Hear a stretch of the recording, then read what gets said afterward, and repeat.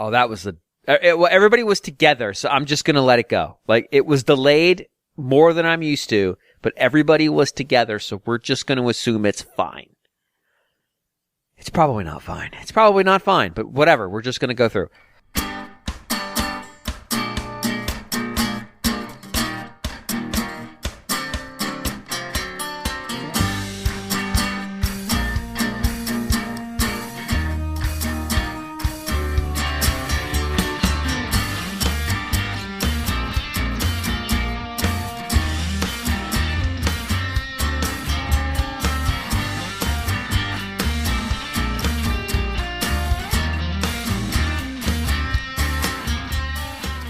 Hello and welcome to Radio Free Nintendo. It is January 15th, 2026. This is episode 959. I am James Jones. You might have forgotten me. It's been a while. It's been even longer since we recorded one of these. The last time we recorded one was January 20th. So this is almost a full month later. Easily the longest break RFN has taken since it was started. December 20th, James. You said January 20th. December 20th, yeah. You're right. December 20th. We recorded the last episode in the future. We're that good. The correction you are hearing is John Lindemann. That is me. It's great to be here, James. Yeah. It's great to have you back, John. I get to tell everybody this. This is the best part. It's great to have you back, John. Yeah, first correction is free, James. Oh, great. Perfect. Also joined today by Mr. Guillaume Vayette. Good evening. It's great to have you back, Guillaume. Yeah, it's great to be back. Last but not least, the returning Mr. Greg Leahy. Ahoy, hoy, everyone. I like that as a nickname, actually. Sounds sort of sufficiently ominous in the right context. The returning? No, John. The correction, Lindemann. He's going to correct you, all right. Yeah. That sounds like a Steven Seagal movie, I'm going to be honest. It doesn't have death in it. It doesn't have kill or death in it, so it can't be Steven Seagal. Kill, corrector, kill. Hard to kill, all that stuff. All that, well, Under Siege, I guess, so this is... Corrected kill. It's great to have you back. Is he actually in a movie called Righteous Kill, or is that someone else? That is dangerously close to what you just said. I think that maybe that was that terrible. No, that's De Niro Pacino. De Niro and Pacino, like really bad. Yeah, thing they did together. That's Donnie Wahlberg, 50 Cent's in that movie. Yeah. That's a bad one.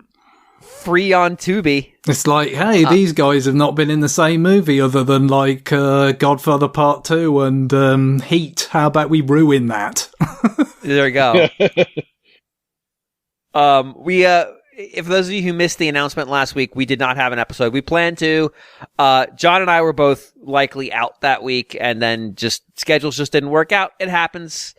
So we took an extra week off for the holidays for the inability to put an episode together. It happens remarkably infrequently for us. I want to say we did 53 episodes last calendar year, which is impressive. We are already not on pace to hit that number this year, but that's okay. That's okay. Our last episode we recorded was the retroactive on Soul Calibur 2. Before that, we recorded the episode that was the last time we did New Business. That was recorded like a couple days before the Soul Calibur 2 episode. So if you missed any of those, you can go back and listen to them. They both dropped during the holiday season, so it's entirely possible you missed them. The Soul Calibur 2 episode is relatively timeless. The episode we dropped before that also doesn't really deal too much with things happening in the moment, so they should both be available to you to enjoy. Now, we are going to do our first New Business in 27 days. So I'm going to just go ahead and round it up to a full ass month. And we have a weird, like, sequenceable set of New Business. So we're going to start with John this week. John has expanded his horizons of Atari 50. So John, what did you pick up this time? This time. So the DLC that came out in November, was examining kind of the relationship between Atari and Namco and the creation of Pac-Man and that character. And this stuff is just endlessly fascinating for me, just because a lot of the way the video game industry is today with the major players comes right out of this time period in the early 70s with, I mean, Namco, the way that Namco even got into the video game business, and this is what you find out, through this DLC, is they were actually Atari Japan, but Atari had no idea what they were. I mean, stop me if this sounds familiar, but an American video game company has no idea what to do in Japan. So, hey Sega. Hey Microsoft. Hey Microsoft. Yeah. So apparently they thought that they could kind of just buy their way into the Japanese video game market, but nobody really cared or wanted to hear them. No. But Namco was a partner with them. They distributed Atari arcade machines in Japan, and so that's how the whole kind of partnership started. And then Atari turned around and distributed Puckman in Japan, but they turned around. They were sort of kind of partners in that and bringing each other's products over or across, like some to Japan, some to the U.S. So that's kind of how that all started. And then really, Namco's first big game was Galaxian. That was their really first big arcade game that they created themselves. So, but yeah, Namco was Atari Japan, and Atari just said, we can't do this. We can't set up a Japanese version of ourselves. We don't have no idea what we're doing. So they said, let's just, find somebody to go and distribute. And that was Namco. But it's just kind of some other interesting things. What was Namco doing before then? Well, they were similar to Nintendo. They started off, they were founded, I think, in the 50s, I think, and maybe in 1955. They started off making like entertainment machines. Specifically, they were making Pachinko? No, they were making mechanical horses for children to ride on.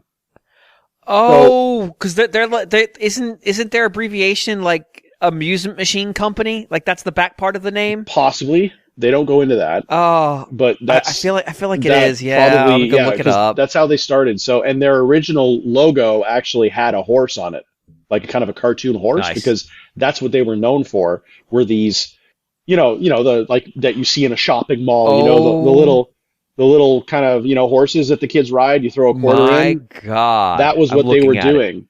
And so that logo's a nightmare, right? Yeah. So yeah, it's really crazy, but eventually they wanted to kind of expand their amusement offerings into that, and so that's how they got involved with Atari. But just like some interesting things about of course they talk at length about Pac-Man for the Atari 2600, which of course was the most anticipated game at that time. Sold somewhere, Todd Fry mentions this, is he said that Pac-Man for the 2600 was really the game. It was the first real blockbuster video game. Up to that point, games had sold maybe like several 100,000 or 1 million, but Pac-Man wound up selling somewhere between 11 million and 15 million copies. So, what the fuck? So it was the first mega hit game. And also, it's bad. It's a really bad game. But it's interesting though. They do have other versions of Pac-Man on here. The Atari 2600 version, even though he talks about how he programmed that, that's actually very, very fascinating because he did a lot of trickery. Obviously, he had to do that with the limited hardware. But some of the stuff that he did, like when you listen to him describe kind of what he did with the game, you're like, man, that's really, really clever. He really knew the hardware inside and out and what he could get away with. But it's interesting because they have the different versions of Pac-Man. They have the 2600 version, which is a horrible game, still holds a special place in my heart.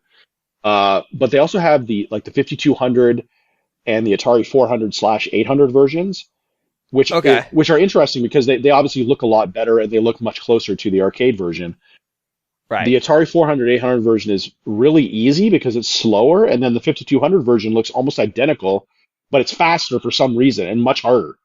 So, yeah, kind of weird. But Todd Fry talks about how when he was making that game, he, they were making probably between $30,000 and $35,000 a year. That's what they were getting paid, right? But then, like we talked about this last time I talked about it was with asteroids, where they're getting paid this pittance, and they sell 3 million copies of asteroids, and this guy for Christmas, the guy that programmed it, gets a free turkey for Christmas. No bonus, he gets a free turkey. No bonus. Have your turkey. Yeah, and so when Pac-Man for the 2600 came into play, Todd Fry had joined the company shortly after all of the people had quit and gone to form Activision. Like David Crane and all those guys, right? Because you basically had two big defections at that time. You had Activision, and then you had the people that left to form Imagic. And so I think he came in right in between those two, and he was he was making, I think, $35,000 a year, which at that time was probably not bad money. This is like 1970. It's like actually 82, maybe. I think it was 82. And so, he goes into his boss and he says, you know what, like, I just basically, like, I need more money, right? It's actually costing me money to, like, come here and, and work. And so that was kind of like the whole Activision stuff. They were afraid of other people leaving, and they were realizing, like, how smart some of these people were and how uniquely qualified these people were. And so he got into a royalty program. And the royalty rate was 10 cents per cartridge sold, which doesn't sound like a lot.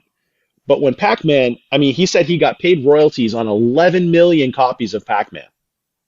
So he said it sold, I think, 3 million copies in the first month. And the next month he got a check for $300,000. Ha!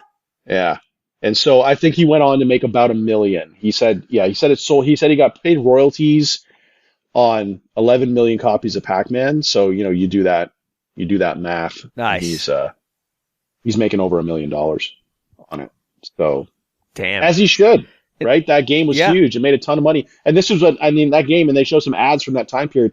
They were selling Pac-Man for the 2600 for like $40 because it was so in demand. And there's they have an ad from a West Coast, like a California game retailer, and I think it was like a order by mail game retailer, and they were talking about how there was a shortage of Pac-Man cartridges on the West Coast, and that for some reason all of the stock of Pac-Man cartridges, they were all on the East Coast, and there was nothing. It was sold out all up and down the West Coast.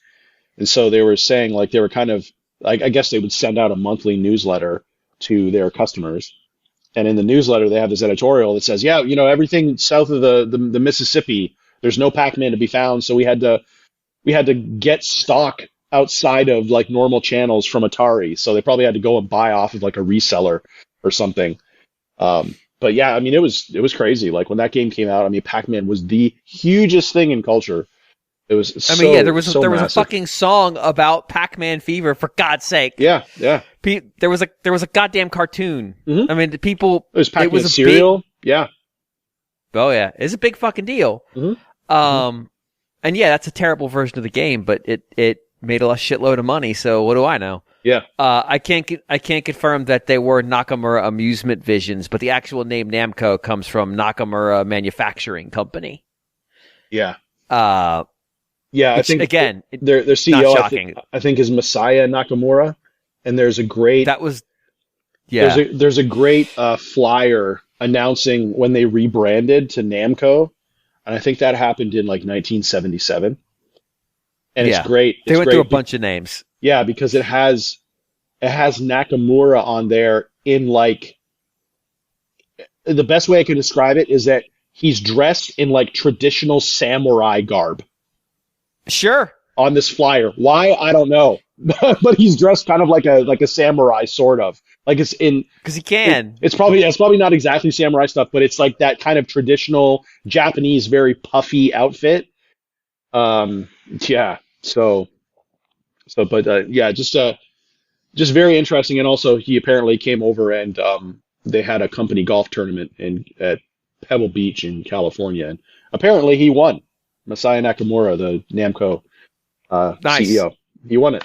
So apparently he was a heck of a golfer in his day. Here's a fun fact. In 1986, Namco, seemingly for no reason, decided to expand their business offerings.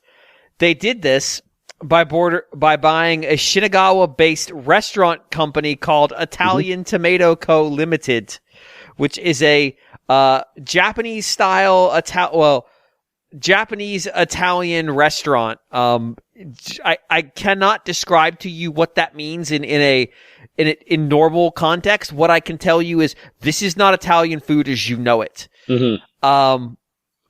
Why did they purchase this company? No one seems to know. But in 2005, they sold the majority share ownings to Key Coffee Inc., which is a Japanese coffee company. They run a bunch of cafes. But Namco Bandai Games is still a significant minority shareholder. So they just own a fucking Italian restaurant for no reason. Why not? For no reason. Yeah. Namco is a fascinating company, and I don't think I've done enough research on them as completely unpredictable nonsense company, because just in reading this little bit, I'm already fully convinced. Oh, this is the original nonsense company. This is like Atari nonsense, but in the context of Japanese business. Yeah. It's like, oh, that different context makes this nonsense very different. So I'm now excited to understand the history. Because the only reason I noticed that was I'm looking at the Namco Wiki article, and I saw subsidiaries: Italian Tomato, Monolith Soft, Namco Enterprise Asia, Namco Tales Studios, and Nikatsu. And I'm like, is Italian Tomato like a funny name for a development studio? No, it's a restaurant. Yeah, it's it's just always funny. Like some of these companies, like it was funny when something completely random when I was flying into I flew into Las Vegas as a connection, coming back to Canada over the holidays, and what's funny is when I was touching down in Las Vegas, I look over, I'm just staring out the window because I'm, bored, right? Just waiting for the plane to stop. And I look out and I see a Konami sign. And I'm like, what? Why is there a Konami sign in Las Vegas? I mean, it's a huge Konami sign that's visible from the runway. And that is where they actually have Konami. They have a casino division, and it's based there in Vegas. Sure.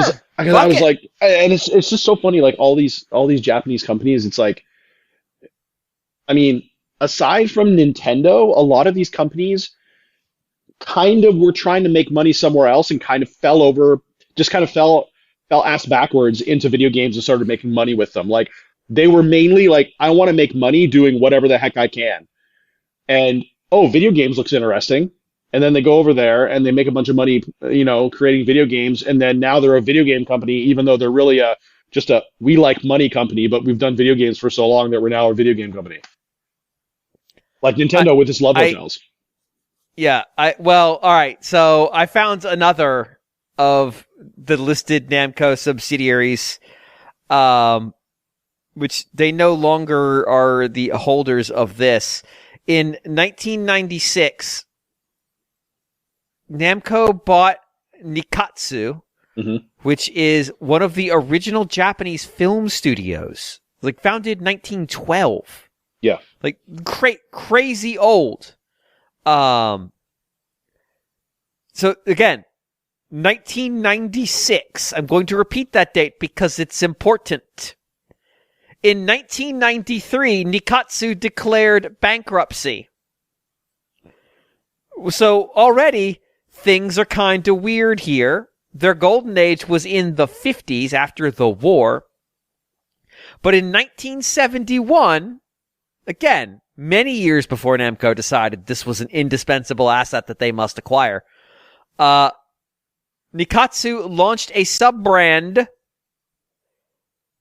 called Roman Porno, which focuses on, quote, sex, violence, S&M, and romance. The person in charge, who went by whose last name is Horace, resigned over the change in focus, and many of the stars left the company, including some of the film directors, however, stayed. Between 1974 and 1986, Nikatsu produced a number of their leading Roman porno actresses of the popular BDSM niche under the epithet S&M Queen. They list a bunch of them. And then in the advent of home video brought an end to the production at Nikatsu. Bed Partner, 1988, was the last release in the venerable 17-year Roman porno series. They declared bankruptcy in 1993. Namco bought them 3 years after this bankruptcy. What the fuck? Why? Yeah, really, why? They then sold them in 2005 to Index Holdings. What? Like, there's so much to wonder. Like, how did that happen and why? Mm-hmm. Like, what was the point? What was the purpose? There's no comment here explaining that. It's just there. I'm confused. Like, confused is the only word I can come up with here. What the fuck? Like, what? I have not given Namco enough credit. No, they're for just being fucking weird. Yeah. Oh yeah, they're really weird. Oh my god, I'm gonna have to go do so much reading now. It makes Tekken look downright explainable. But all? Yeah. Mm-hmm. Like, why doesn't Atari 50 have a section on this? Right. I feel like it's important information. Yeah. Holy shit. So all right. So it beyond the Pac-Man games, I assume it's got like Galaxian or something. It does have that. It does have a lot of I guess the first big game, and some of it is sort of like in terms of the games, they're recycled, I guess you could say, but they talk about, for example, Breakout, and how nobody really cared about most Atari games in Japan, but they loved Breakout for whatever reason. So Breakout was a huge hit. And weird. And so that's technically in this collection, but it's like already there, right? But interesting. But yeah, so they don't add. There's not a whole lot. Aside from Pac-Man, not that I've seen, but of course they have all the different versions of Pac-Man in there. And then I haven't gotten all the way through it, so I don't know what else is in there. But yeah, they probably have a few. Like they have Dig Dug in there, for example. So they'll have like those types of Namco games, those arcade games in there. That makes sense. Some really weird artifacts. Like they have this commercial, this trailer for Dig Dug that's about 2.5 minutes long that was shown in theaters. And it's like with actors, and there's a Dig Dug song, and it's like a whole 2.5 minute long commercial about Dig Dug. It's really weird. Yeah. There's some weird stuff in there. What the fuck? Just from that time period, man. It was a magical time, and they talk about how like Pac-Man, it's like nowadays it's like everybody's kind of settled on what Pac-Man looks like, but before there was actually a way that Pac-Man looked, like sort of like Mario. You know how like in the early days Mario looked different in every single game that he was in, and on every poster, it's because it was just kind of wild west in terms of what his character looked like until they arrived on one probably around the N64 days. It was the same kind of thing with Pac-Man. In some, in the game, he's just this round blob. And then, in some artwork, they have him as like kind of a metallic robot. And then, in some, they have him as like, a yellow kind of boyish sort of figure. And then in some, they have him as just like kind of like a flat character, and some they have him as kind of like a 3D sphere. And yeah, it's always interesting to look at that stuff, because a lot of these things, you just realize how much of the video game industry as it stands today was kind of made up as they went along. Like they really didn't know what they were doing. Like there was no concept of, oh, well, this character is iconic, so we have to have a style guide for it, and it has to look a certain way. Like there was none of that. It was just like, oh yeah, we made this game, and I don't know. I guess we should probably use this character again somehow. What does this character look like most of the time? I don't know. Like, I mean, you sure as hell wouldn't find that out from looking at the Atari 2600 game. No. But yeah, I mean, I just find this stuff endlessly fascinating. So if anything around Atari or the early days of Pac-Man interests you, then yeah, this would be a good purchase, and it's really cheap. It's on sale right now. I think in a lot of places. I'm not too sure if it's on the Switch, but it is on PS5, so it probably is everywhere.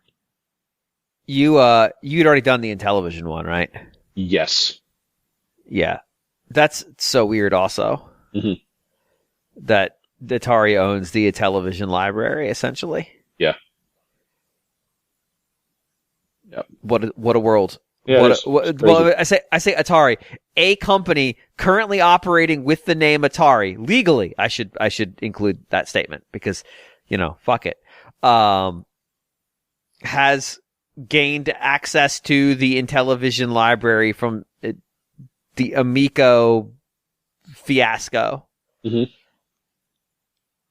What a fucking world, man. Yeah, and I mean they're releasing a version of the Intellivision console, which is even weirder. Oh, that's right, they are. Yep. It's the wood grain one, right? Yeah, I think so. Yeah. It's got to be because the Intellivision 2. I don't know. Was there a different version of it? It wasn't really like the 2600. I mean, they probably came out with a smaller one, but. So yeah, the Intellivision 2 is the same system, but it is significantly smaller. And whereas the Intellivision original is very 1970s fake wood grain, big wide thing. The Intellivision 2 is much more compact, and it's like that off-white gray of the 80s with lots of like red and black like lines in it. So it looks very, very 1980s. Mm-hmm. But it ultimately is the same hardware. I think the guts are effectively the same. I think the only difference is I'm not sure the Intellivision 2 can use the voice box, which was a thing. There was a voice box that you could plug into the Intellivision and make it. I'm going to use air quotes when I say talk. Yeah. Fucking weird. It's weird, man. This is all. But yeah. This is weird. Yeah, but Japan in the 70s, wild times going in the 70s and 80s. Just video games in the 70s and 80s, early 80s, really weird. Just very, very unique. All right. So John, you and I have some overlap here. So you've finished up Metroid Prime 4. So why don't you start and then I'll give some thoughts. Yeah, so I beat this kind of before I went away for the holidays. And yeah, I mean, I have to say, I mean, that the final boss battle, man, I was bitching about it on Blue Sky. It is just absurdly difficult. But really, what I found, and the thing is, I went into this boss battle with almost everything in the game. There's maybe only a couple of things that I missed, but that boss battle, whew, wow. Just I felt like it was really, really cheap in a lot of ways, and kind of had you doing some things that really kind of didn't feel very Metroid. And it has kind of very long stretches where, I mean, it has like, I think 2 major milestone points in it. And yeah, it's just pretty darn difficult right to the end. And I can't say I really enjoyed it when I finally did it. I mean, I had to do it probably about 4 or 5 times to actually get it. And by the time, and it was a situation where by the time I did it, I pretty much had it down cold. And the reason why I kind of complain about it is because at this difficulty setting, I did not expect that. It felt like that difficulty for the final boss went way up. Like it spiked way, way up. Because usually, I could fumble through. I mean, I'm playing it on, normal or whatever.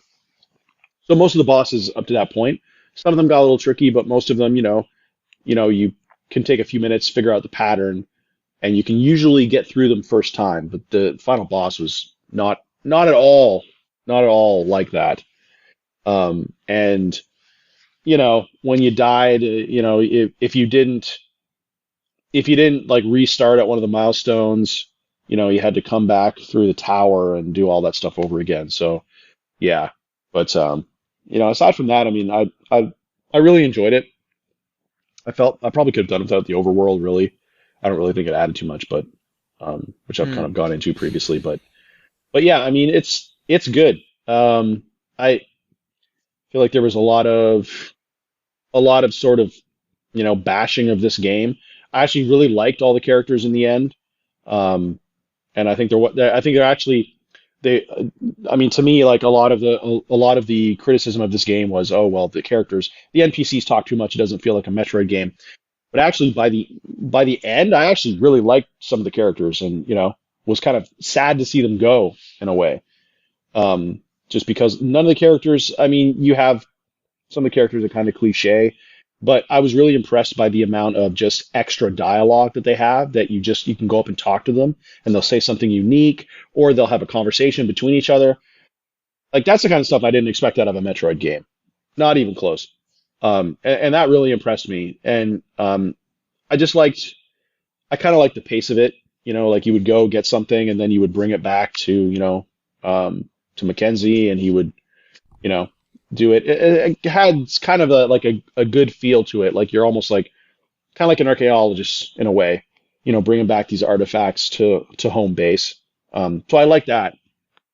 I just felt like the overworld probably could have been done a little bit better or cleaner and not really feel so extraneous, if that makes sense. Because it's just kind of, I feel like it's kind of there just to give you some activities to kind of pad the runtime of the game. Like, I still haven't, for example, collected all of the green crystals, because I think all that does, if you collect all the green crystals, it definitely unlocks some stuff in the gallery. But it doesn't really do a whole lot for you. I don't think it doesn't really give you any more power. I mean, I'd already gotten the light suit, which you get from the green crystals. So, but yeah. I mean, overall, I feel like Metroid Prime 4. I feel like it's a great game. It's not going to shock the world. It's not going to turn the industry on its head. But I feel like for what it is, and for Metroid fans, I mean, I don't really know what more you could ask for, short of something that's a complete reimagining of the way the game plays. So since we last recorded, I acquired and played through this entire game. I think the first takeaway I had is just how remarkably short it is. Mm-hmm. I think I beat it in about 4 days. Ballpark.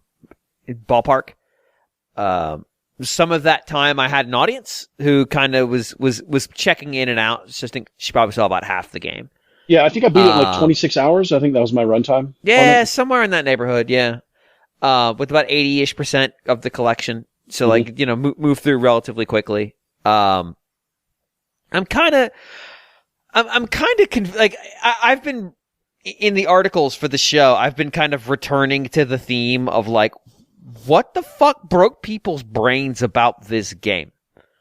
And now having played it, I really don't understand what the fuck broke people's brains about this fucking game. I don't either. It's so weird. Yeah. It's so weird. Why are you all going nuts? I just this remember game somebody. Isn't that noteworthy? I just remember saying somebody. I don't know whether it was on Blue Sky or Twitter, but they just said, "Yeah, I just expected more."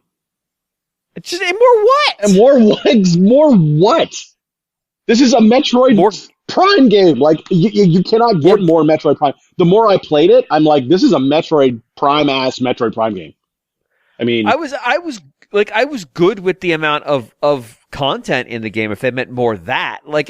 It was short. I was kind of stunned by the fact it was short, but also by the end, the loop, because it is really a loop. It's you go to one of the, for lack of a better word, the Zelda dungeons. You go and you get the thing, and then you get the key. I can't remember what the key. Yeah. So you get the item, and then you get the key. And the item you get is really not that useful in that dungeon usually. It's usually useful somewhere else. You may not get the item that time. You have to come back later to that same dungeon to get the item in that dungeon, because the items are usually used to unlock access to the next dungeon. And Miles will sometimes go like, hey, take a look at where you've been and see if there's a area that you can get to now. And if you keep driving around, he might go, hey, we haven't been to the volcano since the thing happened. We should go check that out. Mm-hmm. Which, like, people got mad about that, but actually I think that's almost necessary, because it's not the Zelda formula where you get the item and that lets you clear the stage necessarily. A lot of times it's you get the item and now you can go clear a different stage somewhere else. Yeah. So it's kind of a weird thing that they've concocted in that respect.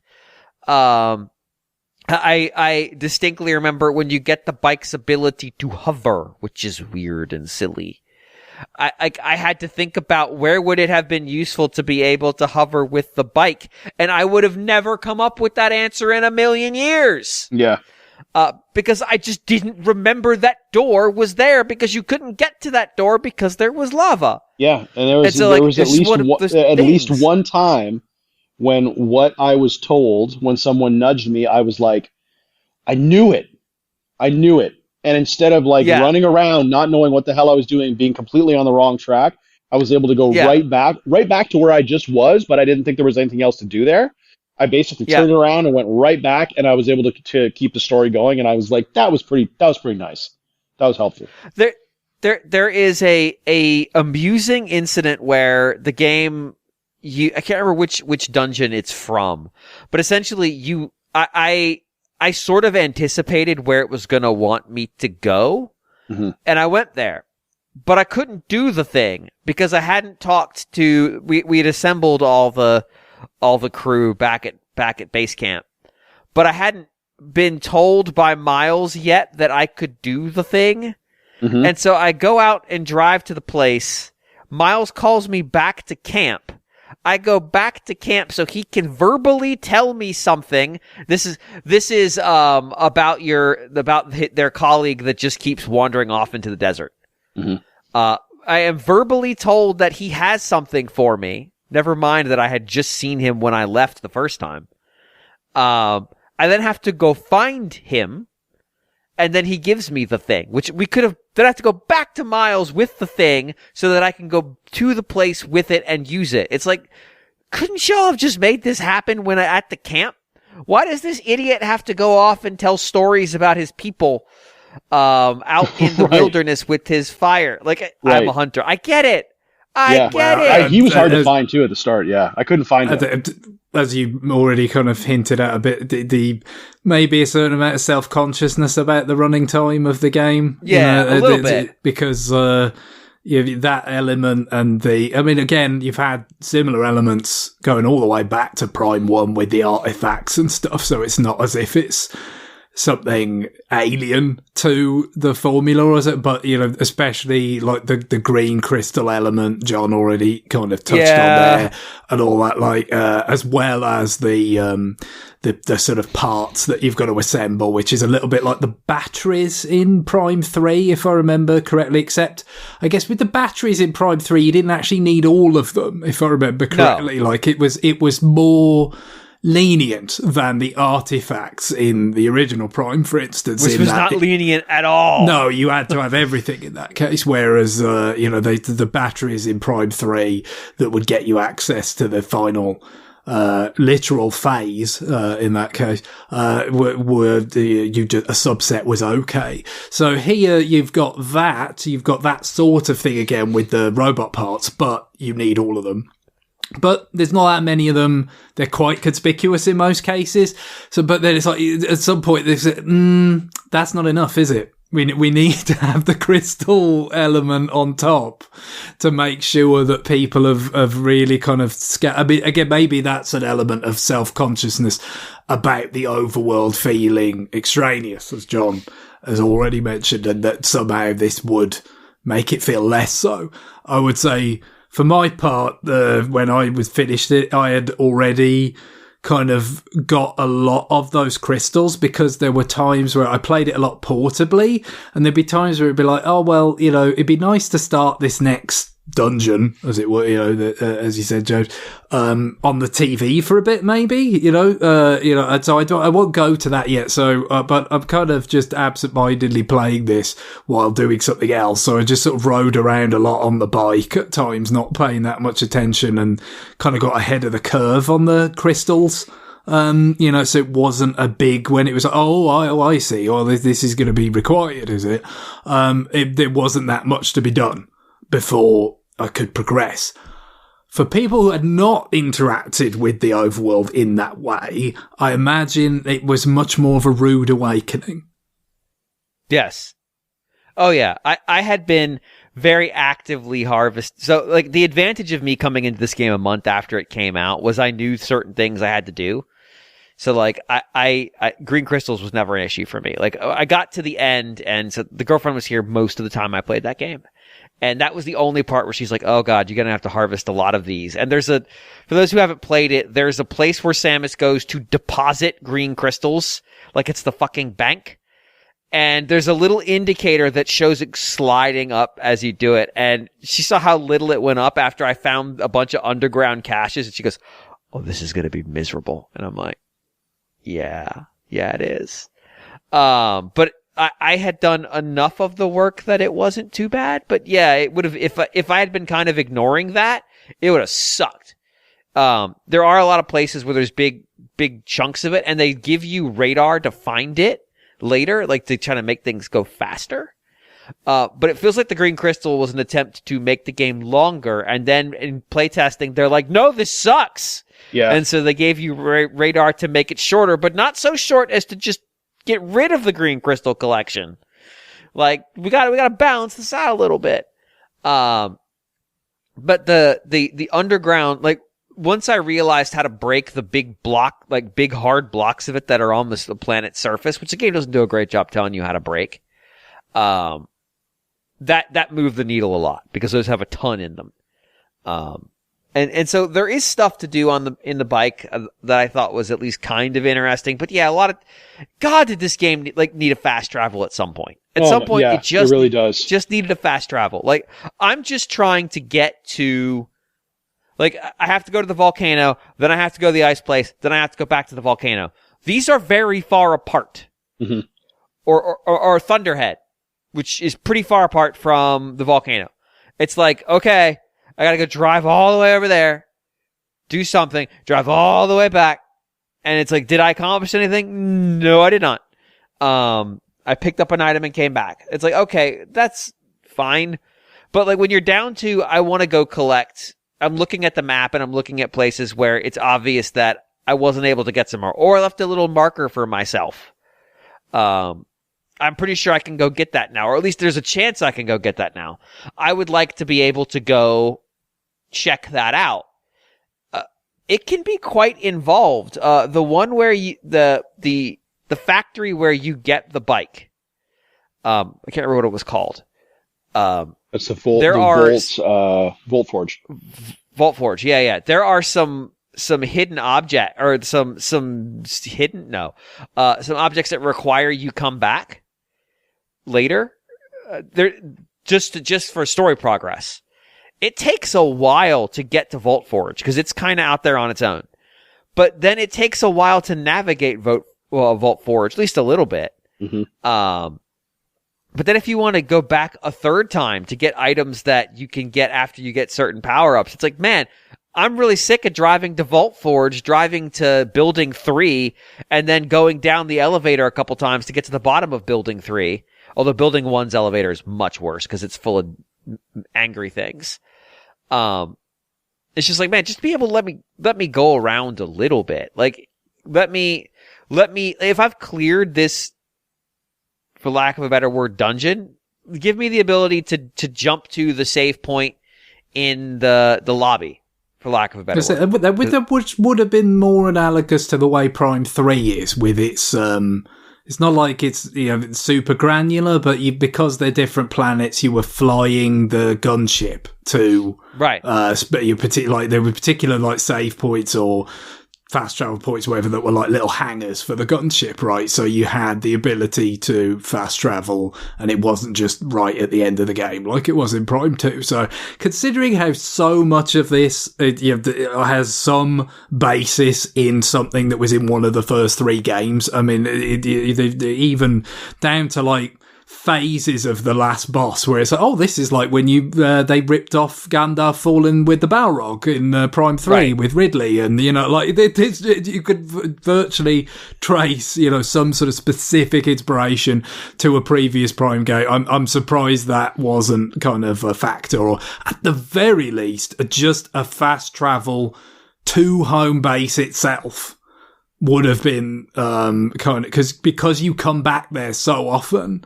I know you have got that little bit of a skip where you can kind of get launched, yes. But it's not all the way there, is it? I might have thought they might do that, but again, there may have been some back and forth on that in terms of, the concern about how much, how long the game might take people. I mean, it's, again, is this out of whack with the previous Metroid Prime games? I don't think it is, but I don't think so.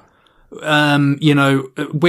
were always, as we said, there are always a certain similarity with 3D Zeldas, but they generally didn't tend to be as long, right? I mean, Zelda itself had its issues with self-consciousness about length, giving us the Triforce Hunt in Wind Waker, or some of the other kind of bloat things that happened the tier collection crap. Twilight Princess, Skyward Sword, but obviously they felt a certain responsibility, I guess, to be epic, whereas, with Prime it wasn't quite the same way, but I don't know whether there's an added factor here of just like when it's been as long as it has been in the case of, Metroid Prime between games, that somehow it feels more anticlimactic for people, when they wait this length of time for a new installment in the particular sub-series, for it to be relative, to seem short, at least. But again, I mean, it's certainly compared to the side-scrolling games, it's long, isn't it? You know what I mean? Like most of the time, especially think of stuff like Zero Mission or Fusion,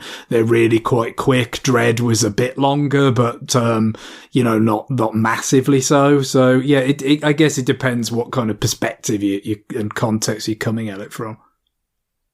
Yeah, I enjoyed my time with it. Like, Metroid Prime 3 is my favorite Metroid Prime game, which is going to immediately make people discount my opinion. But I've talked about it. I think Prime 2's miasma shit is just wrong-headed for a Metroid game. I think it's also an attempt to pad out that game's length. Make it require you do more work just to explore a section of a fairly sizable section of the game. Well, and of course, the kind of the mirror world, the dark world concept in itself is already a bit that. Oh yeah, but then it's like, well, let's go even further. Let's make it hostile to explore in this game about exploring. Fuck you.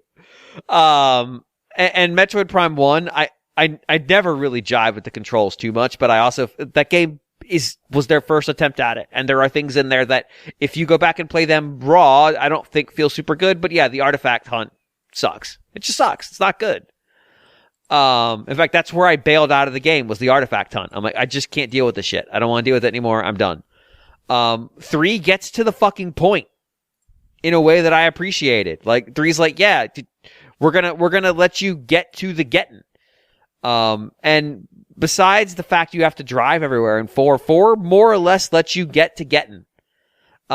There's definitely some stuff in 4 that doesn't feel quite right. And the game was in development, not even in counting its pre-rebirth, its original birth, or its original attempt at birth. It's gestation period number 1. It's still the equivalent of like a Blue Whale's gestation period just for its second attempt at development. It took forever. And so I'm sure there are many ideas that got refined and changed, and that affected how they balance against other ideas that had been installed in the interim. And some of these things, push-pull, don't feel quite exactly right. This is totally inexplicable. But ultimately, like, it got to getting. I will say, John, you mentioned the last boss. This is the Psylux fight. Mm-hmm. Whatever. I'm not going to worry about spoilers. The Nintendo basically said it'd be the last boss, so fuck it. Oh my God, Dixie Carter's on my screen. Jesus Christ. Okay, anyway. So that fight is long, but it didn't give me a ton of trouble. It was long. Like once you figured out the crap that he does, it was manageable, and it has a checkpoint, which I appreciated, because if it didn't have a checkpoint, I'd have been super duper ultra mad. Yeah. But hey, there's a thing after the fight. And those of you who have played it know exactly, or should know what I'm talking about, where you have to take an action.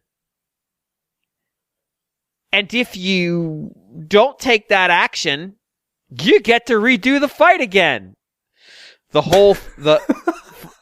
Yeah, that was... I've not redone it yet.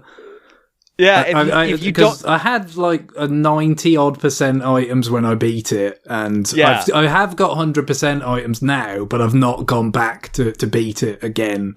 And I might have done that differently if you hadn't just said that, but that's what that is, basically.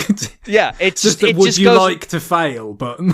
Yes, you get the you lose screen, and then you go back. And it might, and I'm not sure if it's the mid-fight checkpoint or the starting checkpoint, because I was blind with rage when it happened. I'd be amazed if it wasn't the mid checkpoint. Although that is a bit of an improvement. I think it's been an age since I played through Prime 3. My memory of that's really hazy. But like yes. Prime 3 is like, that was a real kind of gauntlet in terms of, first of all, like you had the whole planet phase sort of sequence, which is yes. quite a lot like the mine sequence in Prime 4. Again, there's a parallel for pretty much everything you can think of. But like if that sequence were stapled to a multi-phase, really long final boss, and you can't actually save in between. So, like, obviously, yeah, you would restart at the boss, I think, if you died on the boss. But if it was like, okay, it's time for me to do something else, and like, of course, Wii is not a portable that you can just like fold up in the clamshell or put to sleep like the right. Switch. You would have to do the entire phase sequence again. Yes. And then, like, fight that really long... I don't know, maybe it's not as long as the Psylocke fight, but it didn't have any checkpoints, and it was 2 phases, and it was really long. So it was definitely an improvement relative to that. That's something. But again, you could kind of see where it was also kind of an iteration on that, at the same time. Yeah. To me, the fight that made me insane. This was a fight where the girlfriend visiting, she's like, I'm just gonna leave the room because I think this isn't a thing I need to see. Yeah, there's a lot of rage with me, especially playing the last boss. But go on. So for me, it was the Omega Griever, which is this weird thing where, all right. So for those who have no context on how Metroid Prime in general plays, it does a lot of lock-on shooting. But this game, because the different mechanisms Nintendo's given you to control, and Metroid Prime 3 did this a little bit too with the Wii Remote, there's a lot of things where, like, vulnerable spots, where you can adjust the aim from the lock-on to hit the vulnerable spot. The Omega Griever has so much of this. So much of, like, you've got to hit this one spot. And a lot of times, you have to hit it, so there's a period where it's up on the wall. And you have to hit brown spots on it to knock it off the wall. But you have to hit those brown spots like 25 times for it to come off the wall. And as the fight goes on, those brown spots become less and less and less in size, because you effectively have removed them. So this fight, 97%, I'm not exaggerating, it probably is about 97% of this fight, you cannot hurt the enemy. Yeah. He is not something you can injure. Yeah, it took me a while to figure that out, and then I was like, I couldn't tell what I was doing to make him vulnerable. No, yeah, and this is the we've talked about this loads of times with the retro boss designs, haven't we? About where it's like, okay, we have a cycle where there's a sort of you're either dodging attacks or you're kind of hitting some sort of ancillary objective to open up the true damage window, right? And therefore, you have these cycles built into it. And again, it's like, that was one where that process was a bit more protracted. Like I said it however many weeks ago. It's like the design paradigm has not changed in that regard. Certainly, in many regards, as we've already covered. But I felt for the most part there weren't too many of those where it was like the cycle feels really slow, like you're just waiting for that opportunity. Like at least here, it's like it's an opportunity that you will open up more quickly if your shooting is more accurate. It is dependent on you and your aptitude at least, rather than just time and dodging. But there was a little bit of a like, okay, can we get to the bit that matters? Feel, which again is something that a lot of Metroid Prime bosses past have fallen into. Yeah, this one just felt real bad for me, like because the adjusted aiming probably works pretty well if you're using the mouse control or if you're using the pointer style controls. But I was trying to adjust it with the stick while staying locked on because a lot of his attacks can only be dodged while you're locked on to him. So there's this weird push-pull of like, if I'm not locked on, I could probably aim better at these targets. But if I'm not locked on also, he's going to fucking kill me. The gyro aim was good for this. I felt in terms of again, if you are locked on and you just want to make those little adjustments, that's what gyro aim's good at for me anyway. In my hands anyway. So I feel like, as you mentioned, there's a lot of different choices here with the input mechanism, and people have their own kind of favourites. But I feel like that was a really good fit for me. So that was the fight that made me nuts. Like I was sitting there going like, why is it designed this way? Like what? And basically all I could find online was people going, why is it designed this way? And I'm like, okay, it's not just me then. Thanks. Yep. There's also a neat little fuck you at the end of that boss fight, which I won't get into, but it sort of contravenes something that happens in a previous boss fight. That can maybe not one hit KO you, but you're probably pretty ragged by the end of that boss fight. And so, I didn't survive it and got to do it all over again on like my 19th try. So fucking mad at this game at that point. I didn't have to review this game, and I'm glad I didn't have to review this game because this would be a really difficult game to review because it's got things that are good. It's got things that are weird. I would say that the number of things I could say are bad are probably pretty limited. I think there were some poor decisions made, but fundamentally, this is a very solid game that was. I'm not going to use the well-made professionals shit line here. You've already done it. By saying you won't, you've done it. But it's not like that has a meaning. Like that's a weird backhanded compliment thing. That's not what I'm trying to do here. There are components of this game that are extremely polished and work really well. I think that the visual design is really on point. I think the individual dungeon components are largely pretty good. I think some of the puzzles are they hit that right balance of they're not trying to like people are like, oh, Metroid should have good puzzles. Metroid's never had good puzzles. Metroid's had okay puzzles. It's never been that strong again. That's one of the different. A lot of overlap with 3D Zelda in particular and Prime, Metroid Prime. Right. Those two. It's just do you have the item? But a lot of the time, it's not. It doesn't want to go as far, and I did feel like you could see certain ideas that could have been taken further, and had they been in a Zelda game, they may well have been. I mean, obviously the control beam is a lot like the what's this? That sort of controllable bug in Skyward Sword of the fly-by wire type thing. But for me, I thought the one that had the sort of potential that was, and again, you can understand why, because it's a question of emphasis and, expectations. But the whole thing about like where you can kind of lay a bomb in the morph ball, but then like have it so that it doesn't explode, and then you can like grab it with your psychic powers and put it somewhere else. Like that kind of felt like, yeah, you could do some clever stuff with this, but they never like do terribly much with it. I think you use it like 7 times. It's the Twilight Princess spinner of this game. But also it takes a lot of inputs to do. Yeah, that's the thing. It's quite involved, and it gets but yeah, it is in the spirit of the balance of the previous games, I think, of just like, yeah, we've got some stuff that's, somewhat puzzle-ish, but it's generally tends to be more of an experience of like, as you said, like using scan visor and operating this like machinery and kind of just like, interacting, experiencing the environment rather than like genuine higher level mental gymnastics, like it's almost more world building.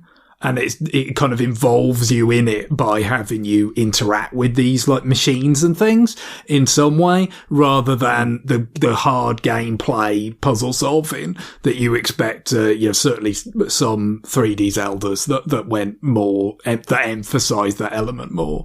So yeah, there's an argument for going more with it, but I think the balance they struck again was to be relatively faithful. It did seem to me, and it's easy to imagine this to be the case given the circumstances of its development. I obviously can't tell you directly whether that's what's going on, but at a certain point, maybe with all the tribulations that it had gone through, there was a certain amount of conservatism of just like, if in doubt, just stick to something that they did in one of the other ones,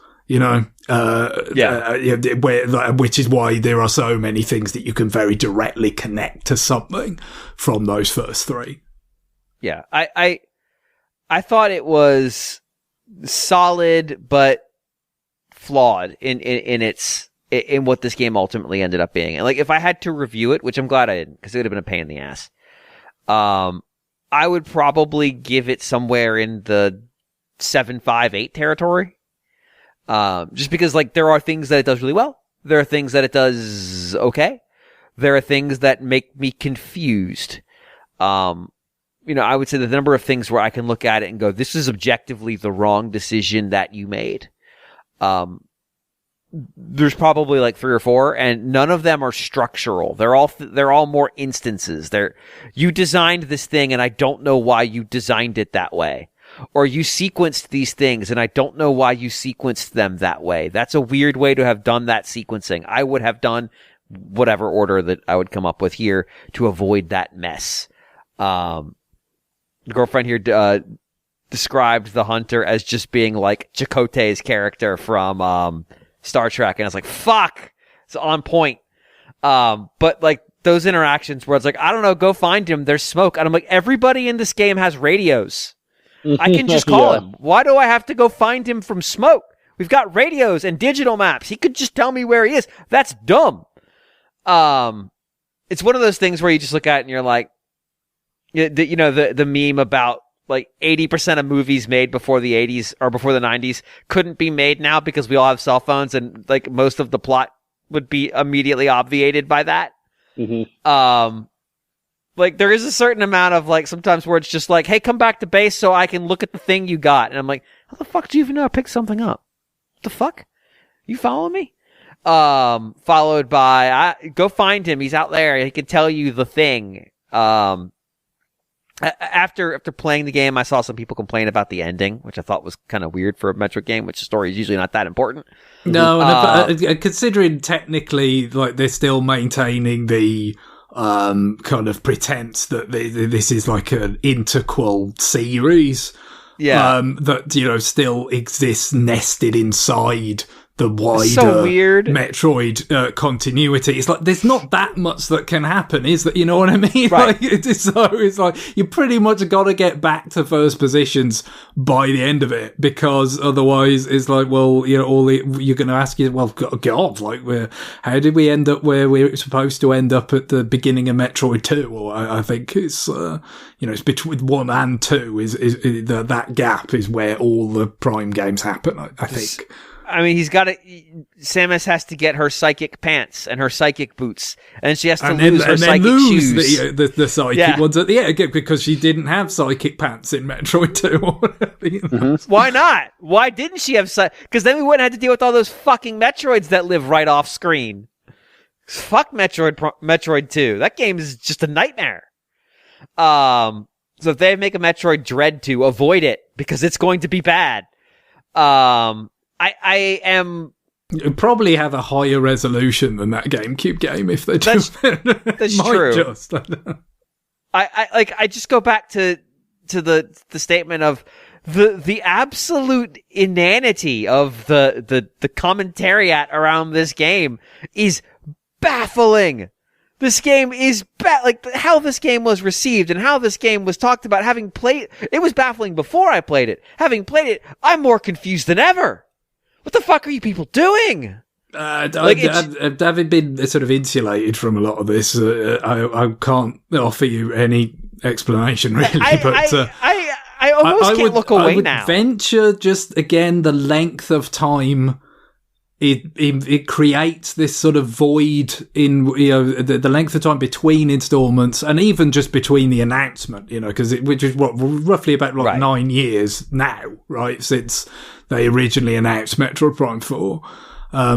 Just that length of time has created this void into which you could project so much, apparently, that the game was never going to be. So it's baffling. I get that. That's the only thing I can think about it. Is just that a lot of the time, when things do take more and more and more time, it becomes difficult to live up to, or but apparently, something that was in the end, sort of made the decision of like, hey, let's just do another one. You know what I mean? Let's not try and reinvent the wheel. Maybe that's how it went wrong in the first place with the Namco version or whatever, was that they did try and reinvent the wheel. And it's like, well, we're not going to try that again. So, let's just do another one. And that apparently was not what anybody had imagined into that void of But that's exactly what I projected into that void. It's like they're going to make a conservative... Years.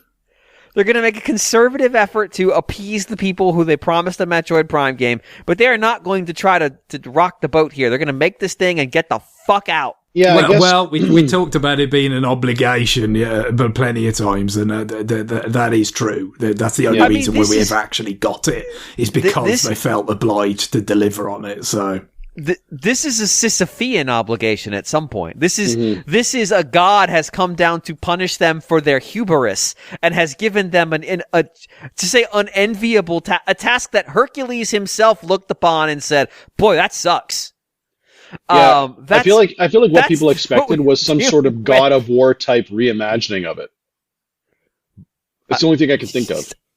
I don't know. It's the only kind of thing I can think of where you have a game that is just a pure action game, kind of reimagined into this, kind of third person action game sort of thing. With more plot and all of that, everything that goes along with it. Yeah. I think they wanted Metroid Prime 4 to be about revenge. I think that's clearly what they wanted. You know what? I agree. Metroid Prime 5 should be about revenge. It should be about against revenge. Whom? Everyone. Samus should snap. Yeah. I mean, just a new and fresh topic for Metroid Prime 5. What about the Galactic Federation who put this dumbass mission together? Mm-hmm. Like why are they always treated as an an impervious good, a good that simply must be acknowledged at all times? Why can't we just acknowledge that maybe they're bad at this and maybe they've done bad for society? Yeah. Fusion goes there in terms of good. Yeah, that they're not pure in their intentions.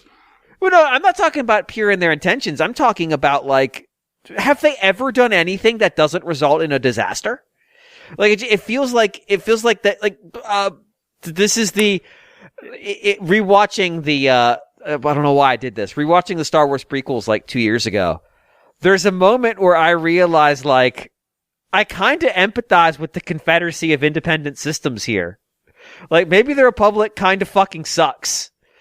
Like, maybe... Well, they're making the movies where, the periods of unrest. Like, they're not making the movies around the boring parts. So maybe Samus should look at her life and go like, man, if the Galactic Federation hadn't gotten involved, all these problems, it's time for me to go take justice into my own hands. I want the gritty reboot where she shows up on whatever the Galactic Federation has it stands as a capital for the center of governance. And she's just pissed. And as a consequence, runs for office. That's the Metroid Prime 5 I want. Samus runs for office. Because I think she's already got a built-in base. I think that's what we need. I'm not advocating violence against overthrowing government. I'm advocating a political system. No. It sounds like it, James. Solution. I want to be clear. I am offering a rhetorical management sim where Samus finally still doesn't talk while running for office. I will say, having been completely insulated from the Samus doesn't talk and it's weird, that was one of the first things the girlfriend noticed watching her interact. She actually liked interacting with the crew and watching them interact with each other. She was super excited with the robot. I can't remember his name. But she goes, why does Samus never acknowledge them? And I'm like, I think she just sucks. I think that's the answer. I think Samus just kind of sucks, and we all have to live with that. It's like, maybe she's just a bad person. Maybe she just kind of sucks. Like, we have no evidence that she doesn't suck. Like, that just became really weird by the end of the game. Like, it's different, but it's a little bit akin to Pokemon Legends Z2A, when obviously no one talks, no one has voice dialogue, right? In that, but it's like the way they direct the cutscenes in Pokemon Legends Z2A at this point is like it's got to the point where it's just to not have the voices come out of the characters feels odd. Because everything else is kind of directed as if they are going to come out, Right. And then in this case, it's like that is true, and the voices do come out of all the characters except Samus. Who not only does the voice not come out, but no text comes out either. No, exactly. Yeah, no, it's again, it's different, but it's a similar kind of dissonance, right? In terms of it's close enough to a typical kind of fully voiced cutscenes, all characters are, fully voiced, that it really, the absence is felt keenly. It's not like, games from earlier generations where, it just, at least for people like me who grew up with it, with those games as they were kind of progressing technologically, where it felt somewhat natural, even that people might not talk, because it's just like, the sort of level of the direction was not to the point that it felt really like a scene in a movie or whatever. Whereas this, is just like it's glaring, by comparison at this point. I Breath of the Wild Tears of the Kingdom handles that a lot better. Link at least sometimes responds to people, and you get agency in those responses. But they also make the case that they do a good job of explaining that Link just doesn't really talk that much. He's super insular, and it's not just a personality thing. It's an active decision by him. But even then, he still emotes and reacts to what people are saying. He doesn't just stand there like a wax figurine. And it helps, obviously, not being a masked character at that point. Definitely. I mean, they could have done the Marvel thing and had a helmet just come off Tony Stark's does, or whatever, and have her actually emote with a face at least. But then it's like, oh, well, you're breaking the convention of one must get 100% in order to see her face. Otherwise you're just now not I have allowed. YouTube, and I can just look at what her face looks like. Yeah, exactly. It's fucking pointless these days anyway. Which admittedly, YouTube was young when when Metroid Prime 3 came out, the last game. You know what I mean? But now it's not. It's exactly. So again, they're not a convention that you absolutely have to stick with. You gotta say. Anyway, I've spoken way too long about this, but it's weird to be able to say I played the entirety of this game, and now I get to talk about it. So that kind of happens. So we're gonna take a break here. We come back. We're gonna do a little bit more new business. I've got some more. I know Guillaume's got some and Greg's got some. So we're gonna take a break here. We'll come right back. Please stay listening.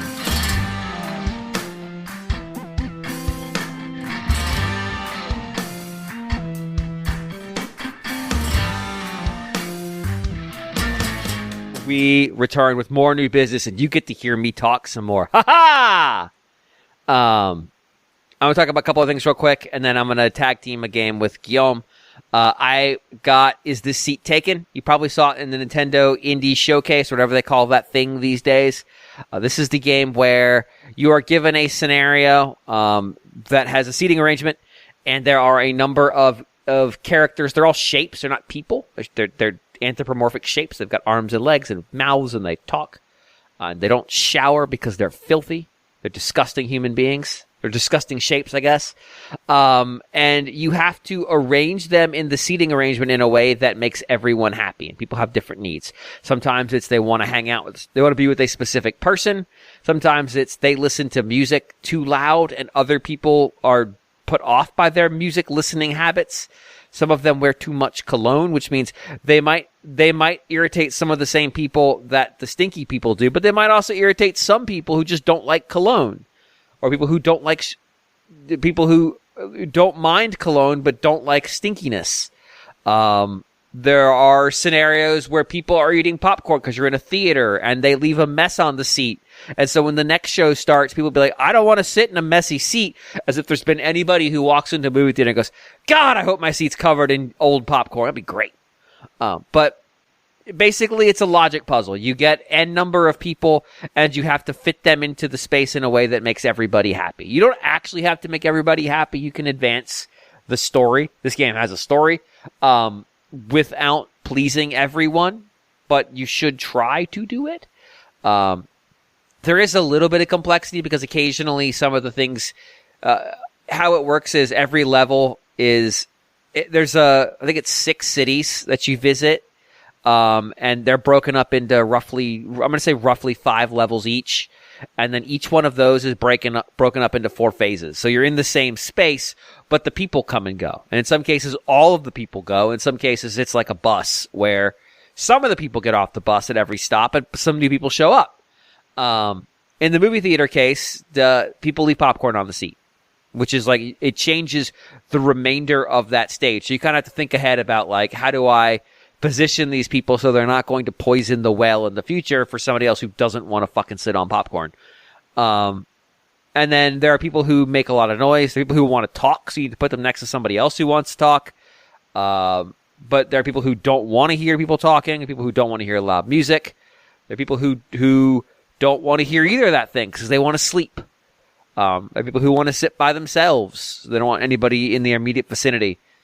There are scenarios where multiple people want to sit together, so you need to find a scenario where they can all sit together because there's like a broader seating area that have 2 benches facing each other or something similar.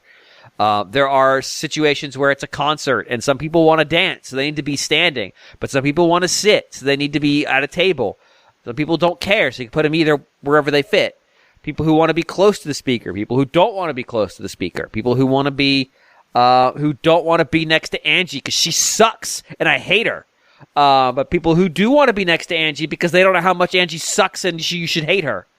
So like trying to manage the needs of this, between 7 and I think the most I've seen so far is 11 individual characters. Sometimes in kind of weird situations, lining up to board an airplane, you've got people who are just at their gate too fucking early. And so you need to go segregate them off in the seating area. And you've got people ready to board who have VIP pass. You can drop them in the VIP line. You have jackasses who need to sit. I've got to be at the front of my line. Well, there's 3 lines, so one of them is VIP, 2 of them aren't. Okay, I'm going to stick you here. You've got people who need to board with a child. You've got people who don't want to be next to a child. All kinds of shit. And then there's a set that takes place in a classroom where you'd be like, so-and-so, this character has a crush on this other character and is easily distracted. So you need to keep them far apart so Romeo here can focus on their schoolwork. But also you've got people who want to talk. And so you need to keep them at least 1 seat apart in all directions so they don't disrupt class. And you've got people who like to cheat off tests. And you've got people who don't want their tests cheated off of, so you have to keep them away from each other. And people who like to help, and then there are people who need that extra help. Like, oh, they help their classmates. I want to be near them. People who don't want that help. Just don't help me. Fuck off. You have to like try to balance all of these things. Here's the problem. Here is the issue. I have burned through this thing. Now, if you remember the highlight of the Layton years, a lot of this might sound very Layton-y, and you're probably not terribly surprised that I am burning through this game relatively easily. The problem is I'm not really having to spend much time on it. Like, I'm clearing the individual stages in 30 seconds, 40 seconds, a minute. I'm usually, once I see what everybody needs, I can kind of already mentally visualize 80% of it, and then it's just sort of like a rearranging a little bit at the end to get exactly what I need. Sometimes if I'm encountering a new condition, I might need to experiment a little bit, but that's really more to understand what that condition is. I didn't fully grasp what the so-and-so has a crush on other character, what that actually meant, until after I'd started putting it together. I'm about 90% of the way through the game. I have not missed a single, so like there's roughly 54 individual characters per level, or individual things per level that get checked off. Like I said, there's 5 levels per city, roughly. So you're talking about hundreds of these. I've missed none so far. I have starred every challenge so far, because it's just not that hard. It really needed to be harder. It's fascinatingly easy. If I say fascinatingly easy, I mean I'm fascinated that they were like, yeah, this is good. This is the good level of difficulty. This doesn't need to be easier. It doesn't need to be harder than this. Because if you're buying puzzle games on the eShop, I feel like it's probably pretty likely you're gonna have the kind of brain that can put these sort of logic scenarios together relatively easy if it appeals to you. And you're gonna look at these and go like, this is too easy. Because that's where I'm at right now. This game is just too goddamn easy. And if these aren't your kind of puzzles, then it might not be easy, but then you might not really enjoy these. Like I feel like the balance is off. I feel like, this is one of those things where if you're making a Tetris game, yeah, you probably need to make it Tetris difficult. So like target a broad spectrum of people, because there are people who just like Tetris, but they're not Tetris fucking savants. This kind of logic puzzle is very specific, and I'm blanking on what they're called, but there's a name for them, and they have their audience, and their audience, generally speaking, tends to be sort of naturally have a predilection for doing these well. And so you need to offer a little more variety, a little more ability to kind of like make these things difficult, because a lot of times you get it to 80% and then you just need to shuffle some things around until you get the green light. And it's really not that hard to get there. I think maybe one of them hung me up for more than a few minutes, because there was something really peculiar about the space and how the seats were arranged. We were on a bus, and most of the people were like, I gotta be sitting in the direction of the bus or I'm gonna fucking puke. And a lot of people had headphones on, and a lot of people wanted to sleep. And it's like, okay, well, the headphone people are going to disturb the sleepers, and I got to keep people looking in the same direction, and all these seats that are facing backwards are useless to me. That gave me a little bit of grief. But again, we're talking about 5 minutes instead of 2. And these things aren't meant to take long. There's a ton of stages of it, but it's very repetitive, and the little story they're using to sort of string you along isn't that interesting. This Rhombus wants to be an actress, and so she leaves her hometown to go chase down a famous actor who is a Rhombus and just keeps missing them. And then we meet this Rhombus actor, and they suck. And then our Rhombus friend goes to acting school, and then they get a gig. That's it. That's the plot. It's riveting. Is this the plot of Miami Nights Singles in the City? Yes, it is. Am I potentially burned by this? Who can say? But yeah, like, it's just like, I didn't spend that much money on it, and it looks nice. And if you're not bothered by the fact that I think it's too easy, like, yeah, it creates some interesting scenarios of these, but man, I feel like I'm just doing things. I feel like I'm just doing chores. I'm just bang, bang, bang, bang, bang, bang, done. Bang, bang, bang, bang, bang, bang, done. I want to see a little bit more, have a little bit more thinking, have a little bit more doing. So yeah, it is what it is. I'll finish it because I'm close and whatever. But I mean, it's probably a 2-night thing for me. Like, I think I got to 50% in a couple hours, and I was like, oh boy, I'm not feeling this. So I'll finish it just to finish it at this point. But yeah, there's been a couple where I had to think about them, but not enough of them. I would have taken less bus stops if they were better bus stops, and I'm using that as an example here because there's a lot of challenges that you are putting people on a goddamn bus. There's a lot of them. And if it was, instead of 4 stops, it was 3, but they were 3 really complicated stops. And there was more impact on, like, you did this thing on the first. Because here's the thing. I put somebody on the bus, and they don't get off on the second stop. I put them on the first stop. They don't get off at stop number 2. I can just move them to make space when stop number 2 is to get the other people in. I'm not bound by my decisions. I can't make mistakes in phase 1, and with the exception of the popcorn, I guess, and then be screwed in phase 2. I just move the guy. I just be like, all right, well, get out. Charlie needs to sit next to his mother. Get the fuck out. I'm evicting you from this seat. I'm going to put you somewhere else. So the fact that they're all sequenced together kind of defeats the purpose because I could just move everybody around.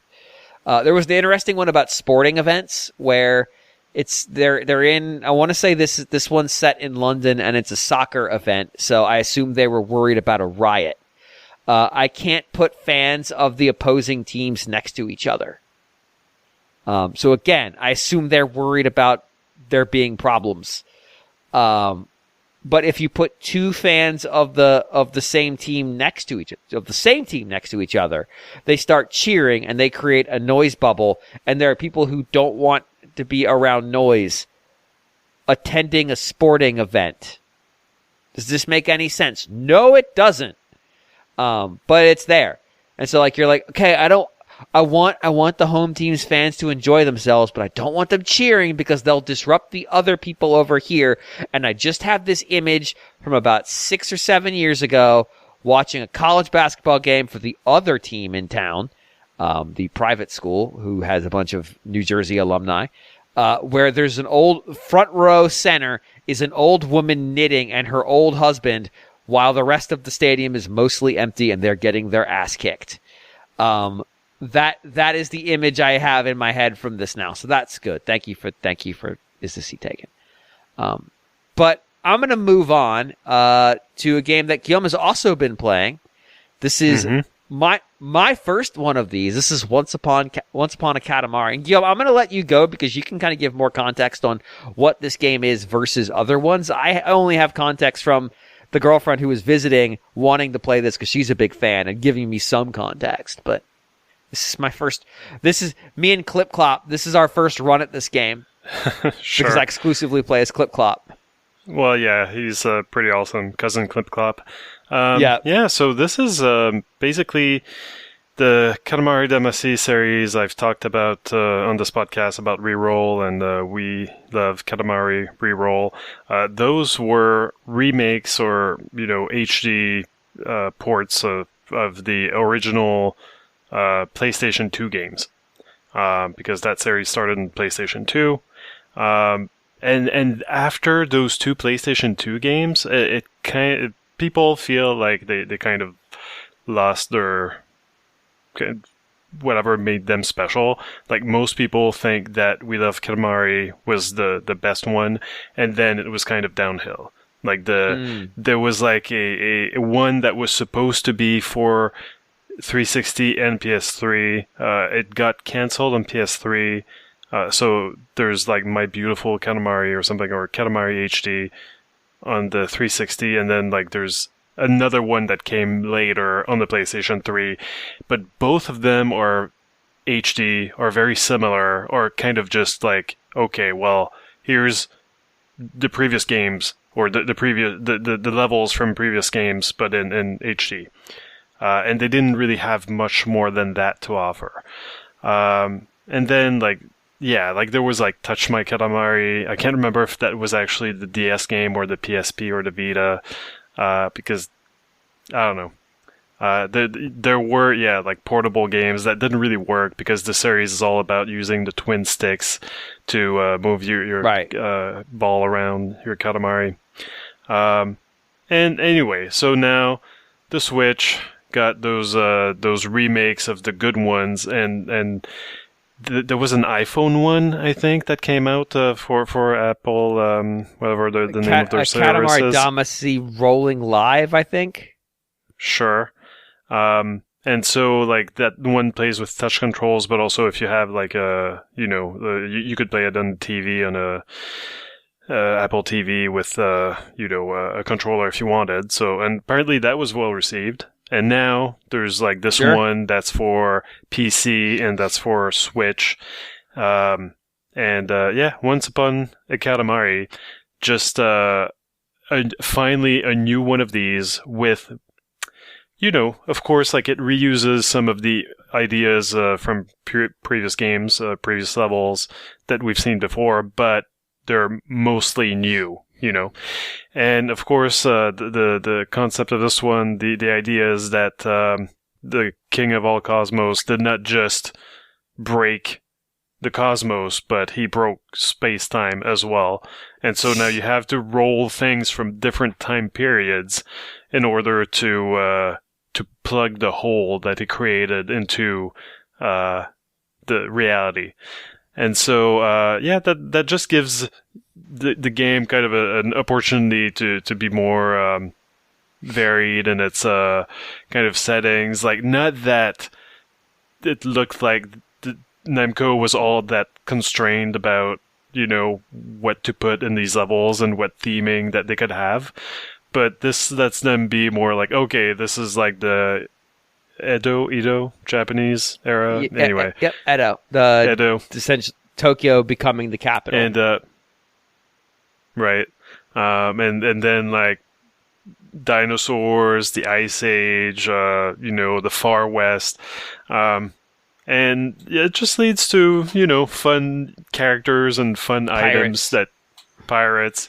And that's the thing, like, these games have been so samey for so long, and they do reuse assets constantly.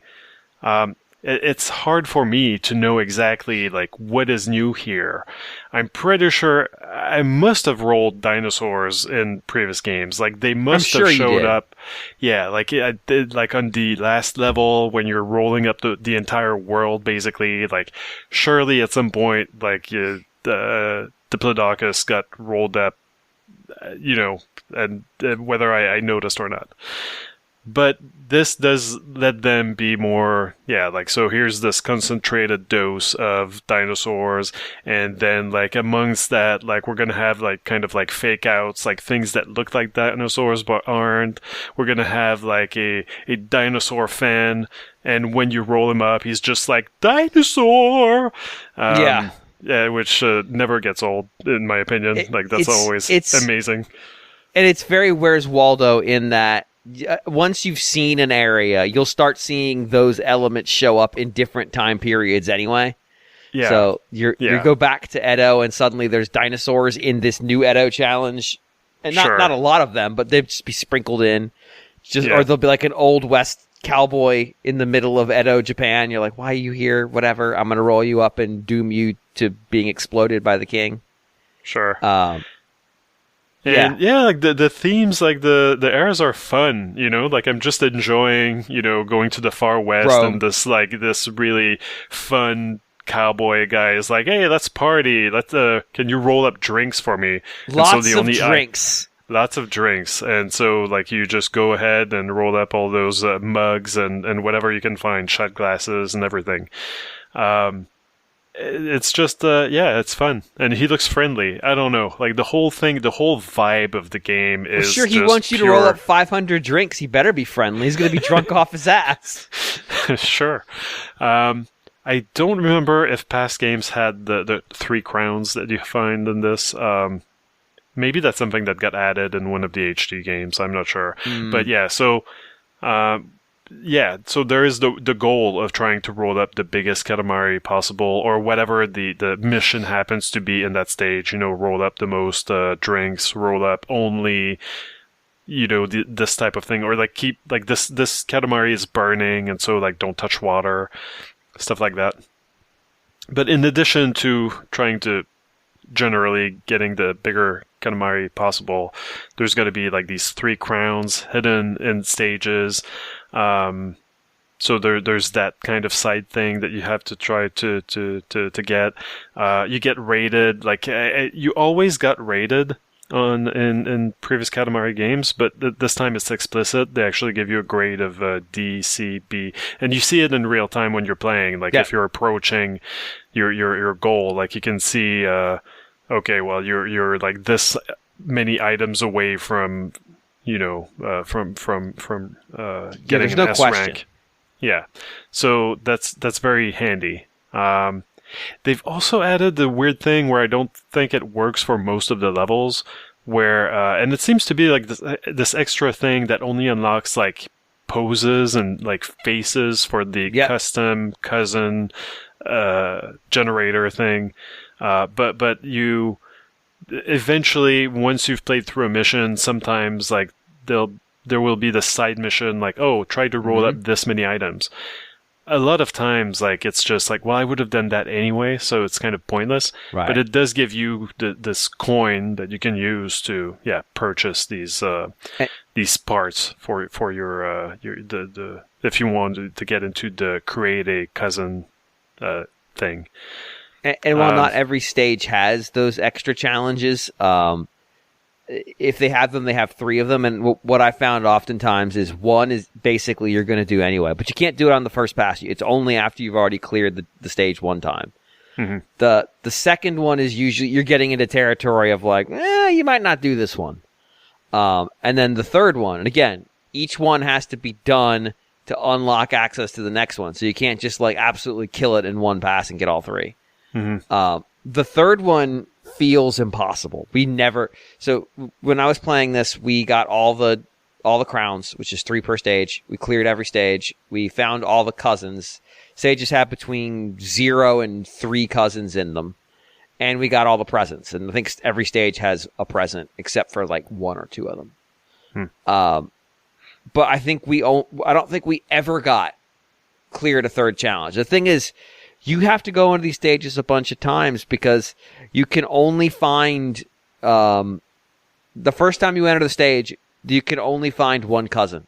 Those of you who don't know, in Katamari games, you play as the prince, and you can unlock who are referred to as the cousins. These are alternate looking kin of the prince who you can play as. I mentioned I play as Clop. That it's 2 cousins who are Clip and Clop, and they are in a horse costume. And they just run around as a horse costume. I kind of I was unclear on that. I thought maybe it was just the one cousin. The description describes them as younger brother Clip and older brother Clop. Okay, all right. Clop is in the back. But the king, when he addresses them as if they are one entity. Cousin Clip Clop, what were you doing on Earth? Racing a horse? We know nothing about that. I don't know what you're talking about. Yeah, we don't know what you're talking about. The reality is that like you can only pick up the first cousin the first time you play it, and then once you've picked up the first cousin, if that stage has more than 1 cousin, the second cousin will now be in the stage. You can pick them up. And if there's a third cousin, once you've picked up the second, the next time you play the stage, we're now on your 3rd playthrough of this goddamn stage, you get access to the third cousin. And you have to clear it for it to count. So if you pick up the cousin and then don't clear the challenge, brother, you're starting again.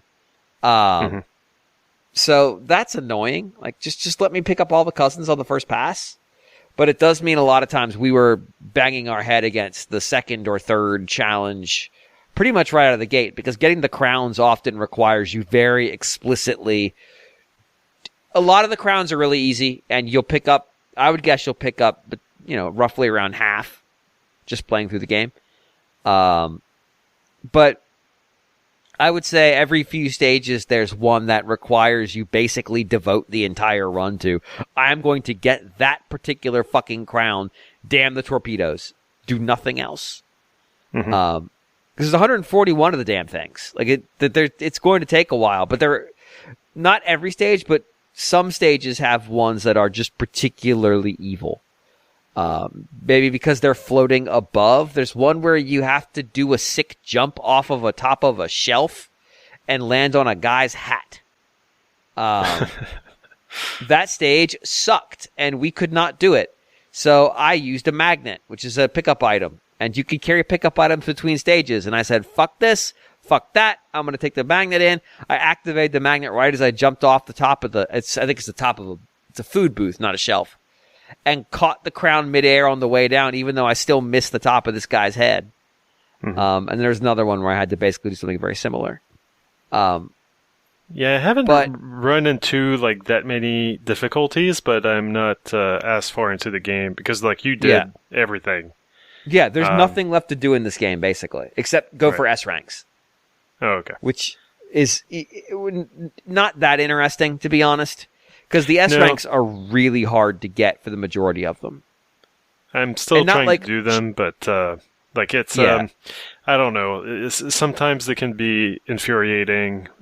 Sometimes like you just and there was one like I cleared it by such a wide margin after struggling for so long, and there was no answer. Like, what did I do so different this time? And it's just, well, I kind of got lucky. You know, I used that magnet power-up at exactly the right time to catch the big bookcases on the pirate ship just at the end. And that was you just happened to be the right size this time to pick up those things versus last time where you were, like, 4 centimeters smaller and couldn't pick those up. Exactly, yeah. Yeah. Or you got one of the turbo boosts, which are basically uncontrollable, right at the right time to get bounced through like a high density target field. But also the game will start you in different locations on subsequent plays, and maybe it started you somewhere where is better off for the starting one. There is a stage that is the very first Katamari Damacy stage. It is the training level of that game. It is laid out the same. Again, I haven't played this game. She told me this, but I mean, the king basically says it before you go to the stage. He talks about he's been feeling nostalgic lately. But you only get 1 minute to achieve your objectives in that stage. Now, there are pickups that will stop the clock for, I think, like 10 seconds. And so the goal is plot a route where at the end of 10 seconds or 12 seconds, however long it is, you are at the next one. So you are rolling through it right as that time runs out. And then after it does, you are picking up items on your way to the next one. If you can do that, the clock will basically not run until you run out of those things, which will let you do a full lap around the room. And that's basically an S rank. But if you can't figure out that pathing, you probably won't finish the stage, or you'll struggle to finish the stage at all with a D rank. But yeah, some of these are really, really quite aggressively difficult, and I'm not entirely sure why to get the S rank. So that's the one thing we just said, like, nah, it ain't worth it. It just ain't worth it. Have you done any of the lots of food ones, Guillaume? Yeah, I got 2 of them, I think. Okay. And those, you're not always rolling a ball around. In one case, you're rolling up the young lords of an Edo Japanese manor. I think it is like, I want to say that it was like a minister of the left's children, which is positioned in the Japanese bureaucracy. And the goal is it's their coming of age ceremony. They've got nice new shiny samurai armor, but they're just simply not big enough for it. So your job is to feed them until they are so large that they look impressive in their new armor. But they're not a ball because they're a person. So you're rolling around a human with their arms outstretched. And so they don't roll straight. They kind of just bounce around a lot. And they'll just roll right over food and miss it because they're rolling from their feet, and so their feet are like turn. Yeah, it's weird. That's a really odd stage. Like you have to kind of like reorient yourself and try to make sure that you're keeping that person horizontal, and then like going in a straight line, into food as much as you can, and eventually it gets easier because they get rounder.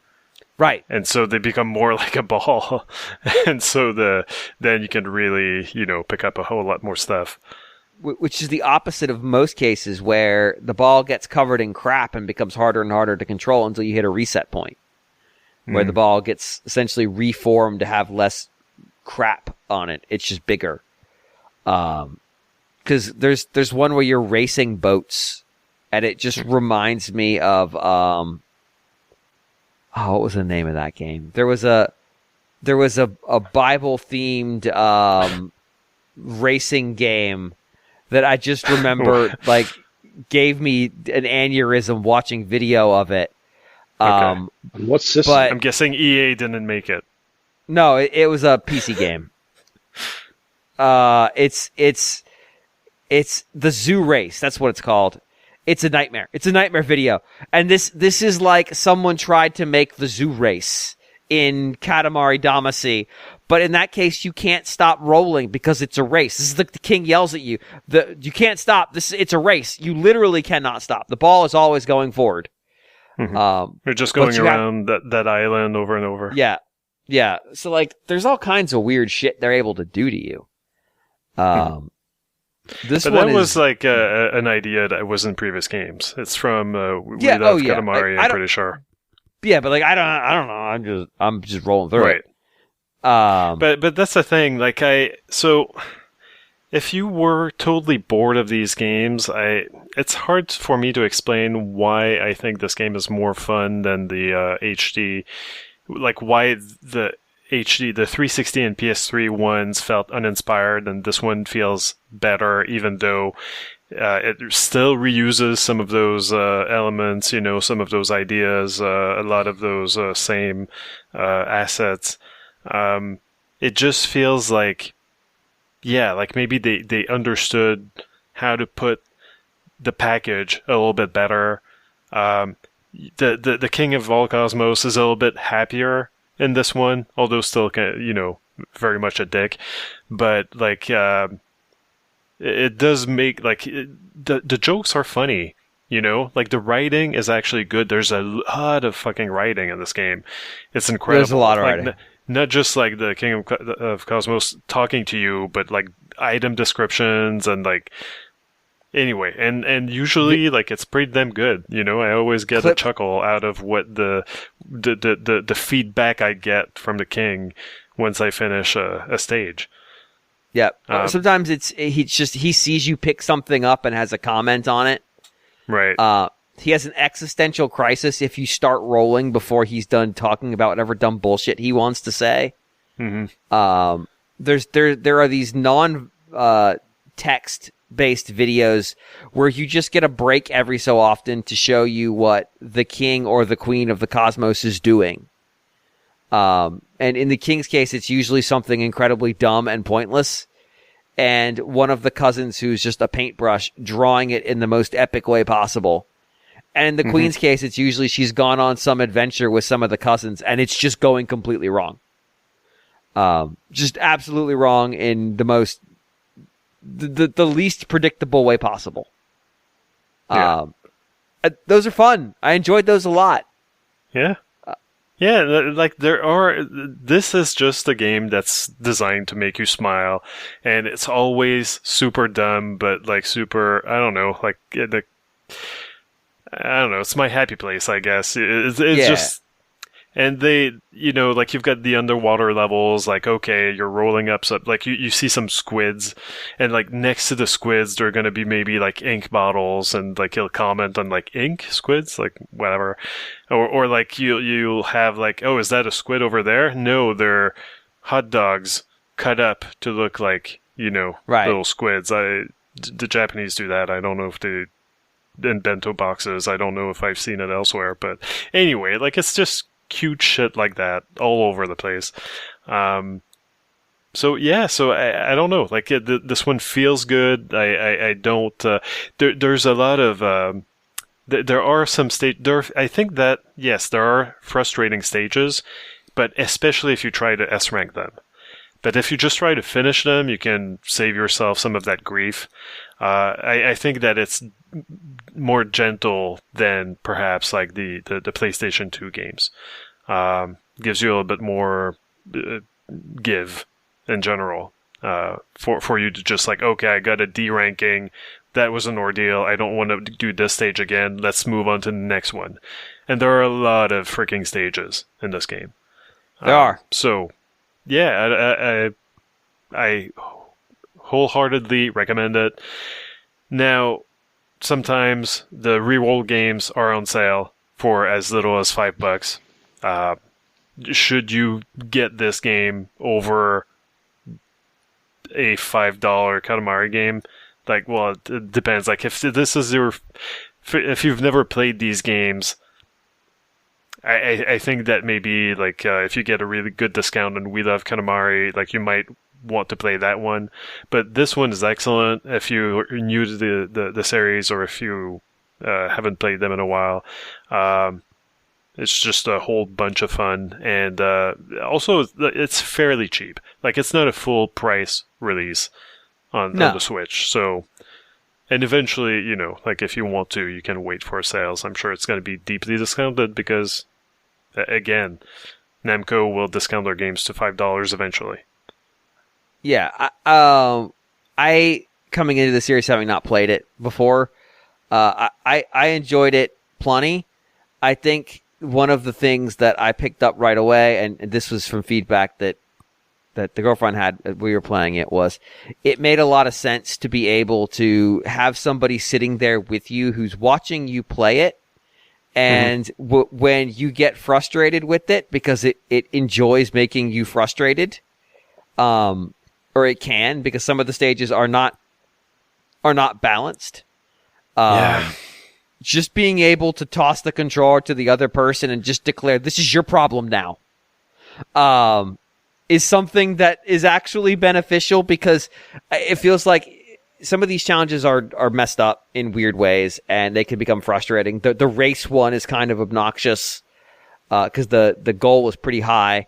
The third phase of lots of food is really a pain in the ass because the guy you're rolling around has his arms outstretched and he bounces around. The freaking maze in ancient Greece.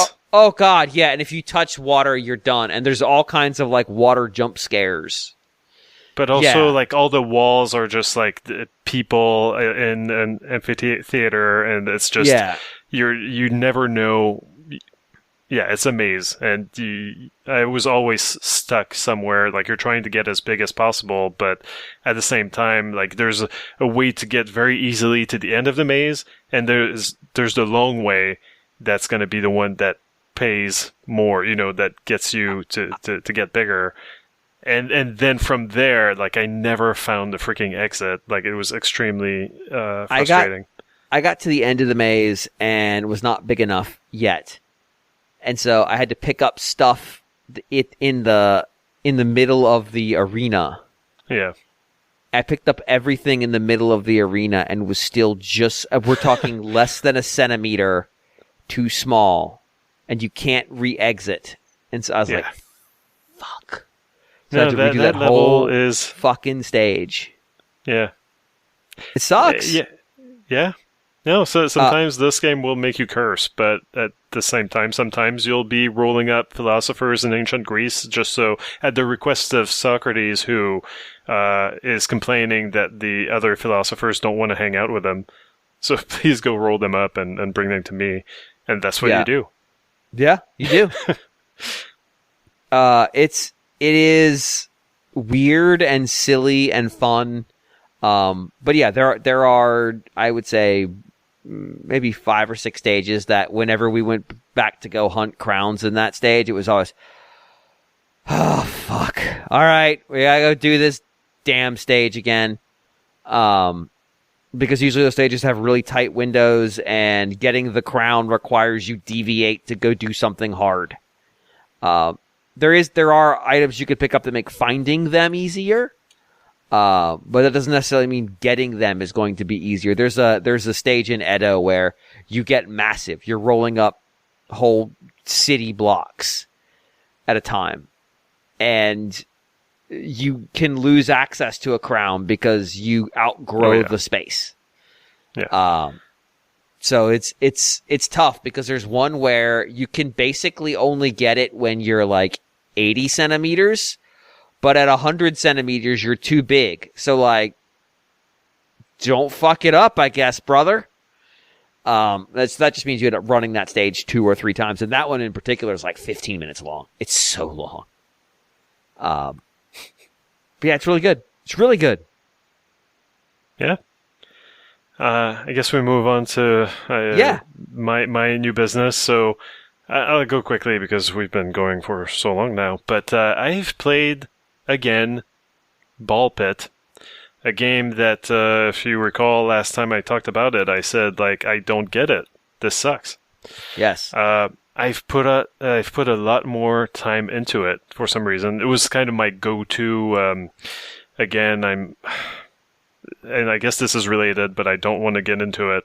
But like getting the reward points, the Microsoft reward points, you have to play 15 minutes on your Xbox a game. From like it's on the Game Pass.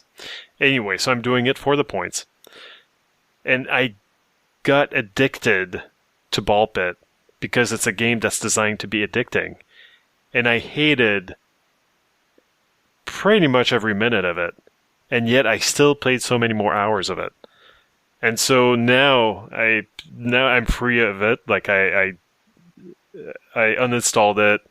I saw the credits. I didn't get rid of the curse before I actually completed the game, but now I'm free of it.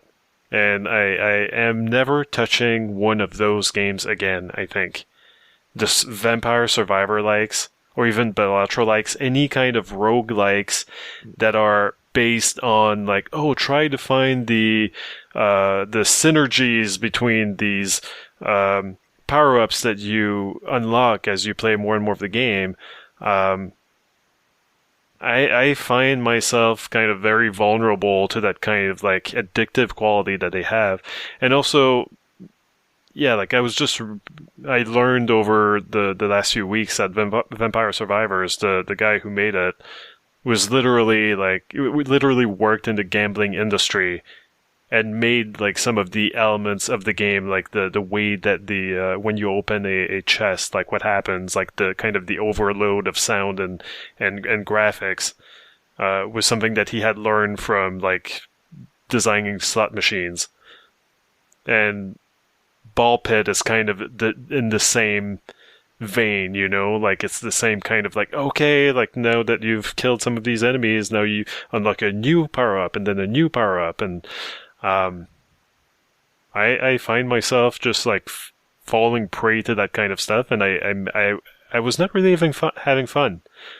Now I was sick for most of my holiday, so it was kind of like, okay, like this is kind of a nice low involvement kind of game that I can be playing, but I feel like I could have been playing better comfort food games than BALLxPIT if I had not had BALLxPIT in my life at that point.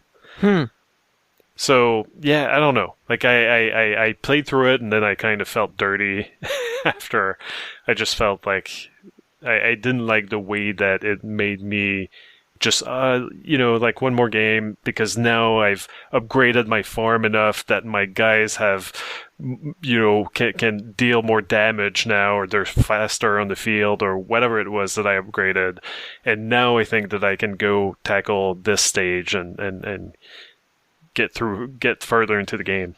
Like this kind of loop of like constantly like number go up. Why? So that the number can go up even more. Okay. And what's that in service of? Well, eventually you'll be able to make the number go up so much You won't even believe it.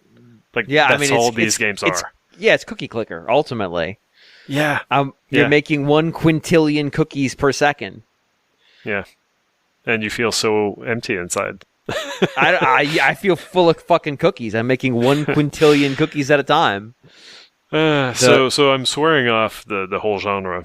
And there was another game that was also on Game Pass that's not on Switch. I'm sure it's going to come at some point because I think that it's somewhat popular because these games are popular at the moment. It's called BALLxPIT. And that one was a little bit more blatant. You're literally, it's literally about pulling the arm of a slot machine.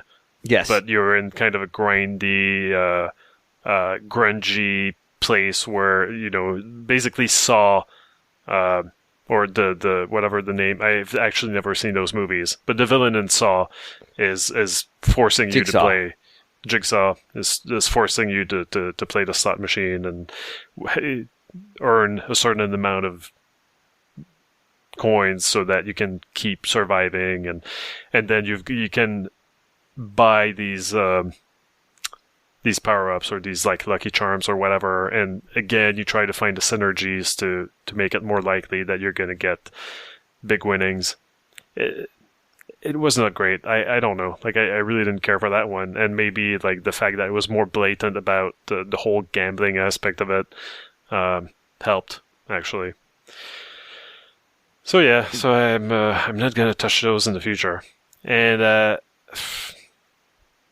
yeah, I guess I don't know. Okay, very quickly, I played Marvel Cosmic Invasion. Again, that's on Game Pass. Now this is the beat 'em up by the what is that studio? They made the Teenage Mutant Ninja Turtles Shredder's Revenge. So it is very much in that same kind of art style, but now it's with Marvel superheroes. Is it tribute games? Tribute games, yes. Yeah.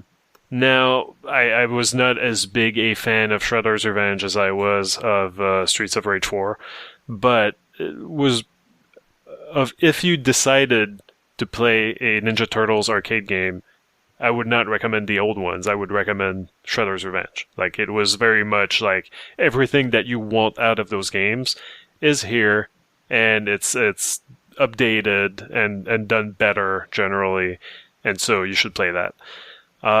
And it's kind of the same thing here. I'm not chomping at the bit to play a home version of the arcade X-Men game from the 90s. It was good, but it was not, it was an arcade game. Here, the Marvel Cosmic Invasion is, again, updated. It just, it has you try to do achievements within each level.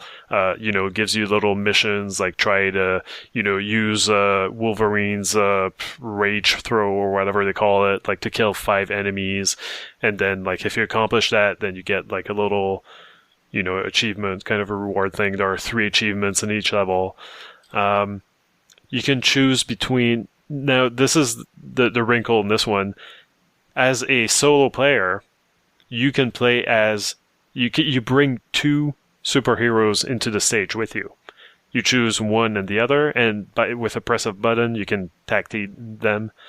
And there are some combined moves that you can do if you hold down the button and punch. Basically, you inviting them into the combo that you're doing on an enemy, and then they leave. Or you just tap the button if you want to replace Black Panther with Beta Ray Bill, which is not a character I was aware of, but he's basically what if Thor was a Velociraptor. It's weird. Yeah, so yeah, there are some deep cuts into the game, as you can imagine. Deep cuts that probably went over my head for the most part. If you're playing 2 players, that the tag team thing doesn't change. Like, you each bring 2 characters, and 4 people can play this game simultaneously. So you can select 8 different characters, and most of the time they're not going to be all 4 on the screen at the same time. But yeah, it's going to be chaotic anyway. It is. Yeah, it's a lot of fun. I think I like it better than Shredder's Revenge, just because the Shredder's Revenge did have kind of achievements, but like they kind of sucked. Like a lot of times, like there were sections where it was just like, make it through the level without getting hit, or like get a 100-hit combo, which meant basically the same as don't get hit, and that kind of sucked. In this game, I find the achievements a little bit more achievable, actually. Like the being able to switch between heroes gives it a little bit more depth. You get a block button in this case, which is pretty rare actually for a beat 'em up. And basically if you time it right, you can parry enemy attacks. In theory, I really like that. In practice, I could never really get it to work. But it turns out that on the normal difficulty anyway, you don't really have to bother with it. You can just keep punching enemies until they die, and you're going to do fine anyway. Like in general, like Karen and I had a good time playing through it, and now we're going to go and finish all the achievements that we couldn't do the first time through. And it's fun. I think probably a step above Shredder's Revenge, but maybe not something as deep as Streets of Rage. But what is? Very few games are, turns out. In general, I recommend it, especially if you're like a big Marvel fan. You're gonna probably get a lot more out of this game than I did. And just taken as a recent beat 'em up, like it's pretty good. Cool. Anything else? No, that's it. All right, Greg, why don't you take us home? Sure, yep. So, not that much actually entirely new things I played over these past so many weeks, but mostly kind of tidied things up. Like, for instance, I completed the challenge wall associated with the road trip mode in Kirby Air Riders, and unlocked all the last couple of tracks and characters in that, and main thing that took up a lot, again very gradual, but that took up time, was finally getting the Hyrule Warriors Age of Imprisonment kind of credits to roll. So I said it when I kind of started it however many weeks ago now, that it was probably going to be a gradual thing, and that's exactly how it played out. Obviously, kind of Metroid Prime 4 coming in the beginning there as well, it threw me off course a little bit, but for the most part it was just kind of how I prefer to play something like that, kind of nibbling away at it in portable mode. And obviously you've got a lot of like the kind of ancillary missions, that technically aren't required, but kind of keep all the characters leveled up, and making use out of all the characters and all that. So it took a fair while, but I just recently finished that, and I think overall the substance of my kind of feelings haven't changed terribly much having seen it through now. It's the most sort of polished, kind of entry, I think, in the Hyrule Warriors sub-series, if you like, up to this point. And, I think it's very, very, very playable. And, but obviously without doing terribly much to mix things up or whatever. But also it's the most kind of buttoned down, because it's like, okay, first of all, we're trying to stay within the confines of this particular Zelda game, Tears of the Kingdom, in a way that, they already did once with Breath of the Wild and Age of Calamity, but even more so with the whole, it's totally canon now, guys, this is the real stuff, this is history, believe it thing. Like, it only presumably serve to make it a bit more conservative. There's still lots of over-the-top, action and scenarios and stuff. It's not like it doesn't live up to being, the Muso game that it is, but relative, especially, as we said many times, like the first Hyrule Warriors, where it's kind of like, oh, let's just take, and, the updates to it, like with the subsequent editions, on 3DS and Switch, where it's like, yeah, let's have a bit of Wind Waker, a bit of Link's Awakening, a bit of everything. It is very, like, constrained, truly, by comparison. But I don't think you can argue with the fact that it's still, kind of quite satisfying to play and just yet so kind of smooth now, even with it some at times, it's just some of those latter missions, there's an enormous amount of stuff going on screen, big, sort of open areas of like the Hyrule field kind of overworld of Tears of the Kingdom with just shitloads of giant creatures and stuff going on, and it's definitely in terms of scale and just how much they can kind of push it now with the Switch 2, but also keep it all kind of smooth and all that is kind of impressive in that way. One thing I was disappointed about, very specific complaint. There is a particular part in Tears of the Kingdom where we get to glimpse Ganondorf, what can only be described as like riding an evil unicorn.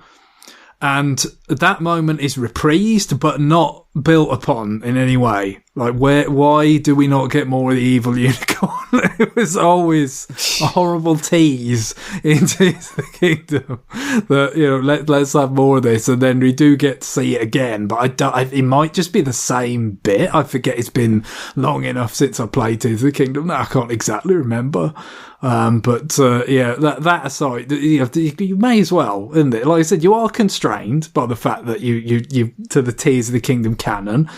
Evil Unicorn was part of that canon. It was there to be used. But no, I enjoyed it. But I'm definitely, kind of ready to see maybe, another Nintendo and, kind of Muso crossover collaboration thing where it's not as specific again, like the original Fire Emblem Warriors and the original Hyrule Warriors kind of thing. I hope, we've talked about Xenoblade a million times, I guess. It doesn't seem that likely because it's just probably not enough of a commercial powerhouse or whatever to be crossed over with Muso, but something that where you can just say, hey, we're doing this for the first time, let's just pick from every corner of the series history again and have that kind of more free spirit of just like wackiness and unconstrained over the top kind of action. I'd be quite happy if they could do that. And speaking of Fire Emblem, actually, I have just barely scratched the surface a little bit. Path of Radiance went up on the Switch 2 GameCube online app. And of course, this was something that was promised with the roadmap for the GameCube games all the way back from the beginning. But it was sort of launched quite suddenly, like without really any fanfare at all. It was like a few days later that they even got around to dropping one of their like trailers that they like to do for the, especially like the Japanese YouTube channel, the Nintendo's Japanese channel. They always said to be a bit more matter of fact for the GameCube games or N64 games. So it's just, here's some gameplay footage. They give you an idea what it is. Whereas they turn it more into like a trailer on the Western ones. They trying to sell it to you a little bit harder with whatever, kind of energy or vibe marketing a particular game has. Yeah, so I don't know whether that was just that was just simply not ready in this case, or it was some overhang from the new year or what, but it was just like, no, Fire Emblem's here, no trailer or whatever on the UK or American channel, just go for it. And again, wasn't a shock because we'd been told that it was coming, many months ago at some point. But it's kind of weird just because usually N64 and GameCube stuff, the expansion pack, things like that, for a long time it was like they would always announce those like a week in advance. They would have their custom trailer for it and say coming next week, this particular thing. But this and Wario World, I think both were just, it's out now, go for it, like kind of thing, which in Wario World's case was more of a surprise because that had never been on a roadmap before, right, or anything like that. So yeah, that was kind of weird. But I've not played Path of Radiance before, or indeed Radiant Dawn, the sequel for Wii, and so I just sort of chipped away at the first couple of chapters. It's introductory stuff. There's nothing really that you can kind of take from it at this point because it's just easing people in. I mean, this was, don't forget, the first console Fire Emblem game that was localized for Western markets. It just coming shortly on the heels of the GBA games being the first Fire Emblem games of any kind to be localized for Western markets. So, I guess the start is always going to be pretty sort of gentle. It's not going to assume anything about people knowing, how these games work or anything like that. So yeah, just kind of easing you in. And, obviously the graphics and all that kind of thing is not anything that was a showcase for the GameCube at the time. I wouldn't have thought, just kind of, relatively utilitarian stuff, and at some point you're always going to switch the animations off anyway, aren't you? If you spend a long time with the Fire Emblem game, at a certain point they just become too time consuming to tolerate over longer kind of battles and all that. But it's obviously this is a game that has become, especially with the Fire Emblem getting more popular over the years, and it's the 3DS era, very expensive to procure a physical copy of and all that. So it's very nice that this is accessible in this way now, and something I could see myself kind of chipping away at gradually in the kind of weeks to come. No, that doesn't fix the fact that the Wii sequel is even more hard to get a hold of, but that's got some extra challenges. They're going to have to do a Switch Online app for Wii games before we can even begin to think about that becoming, equally accessible. And I mean, it's just like, it's frightening to contemplate, isn't it? If we do get like a Wii app, how long would it take? With the sort of pace that they're setting with this game, the GameCube one, and to some extent N64 one before it. Like, yeah, even if we do get Wii games, could be a number of years in the future, and then a number of years after that. That the Radiant Dawn would necessarily emerge, because there's a lot of Wii games to choose from, isn't there? In terms of stuff for them to put on there at some point. And I guess you probably, with the various input methods that Switch 2 affords, I mean, I guess you've got everything you need to kind of do Wii games one day. In terms of motion controls and, emulating pointers maybe and stuff but especially with the mouse, but still, yeah, it could be a way off that, couldn't it? So, yeah, I guess I might have plenty of time to work my way through, Radiant Dawn before through Path of Radiance before Radiant Dawn would be coming along. Cool. All right. Anything else? No, I think I'll leave it at that for this week. All right. Well, that will do it for New Business and the show. Emails. I want them. We actually got some over the break, but we were gone a month. You guys can do better. I know you can do better. You've shown us in the past you have the capacity to be creative, artistic, brilliant, incisive, and just able to send us some really fine email that become excellent segments. You've also shown the ability to be abrasive, caustic, idiotic, temperamental, and completely shut off from reality, which produce some of the more interesting emails where we get to call you all those things for fun. So you could send email, good or bad, to rfn@nintendoworldreport.com. I could add a clarity that we only want good emails, but I'm not 100% convinced y'all could identify good emails, so that's fine. Just send them. If you think, hey, this might be a good email, send it. If you think, hey, this might be a bad email, send that too.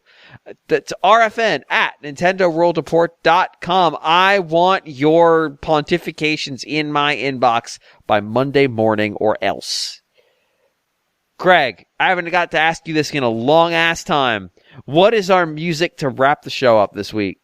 Well, yeah, just today, I believe it was actually, the Capcom had a sort of showcase video premiering for the to continue hyping up Resident Evil Requiem, which is launching next month.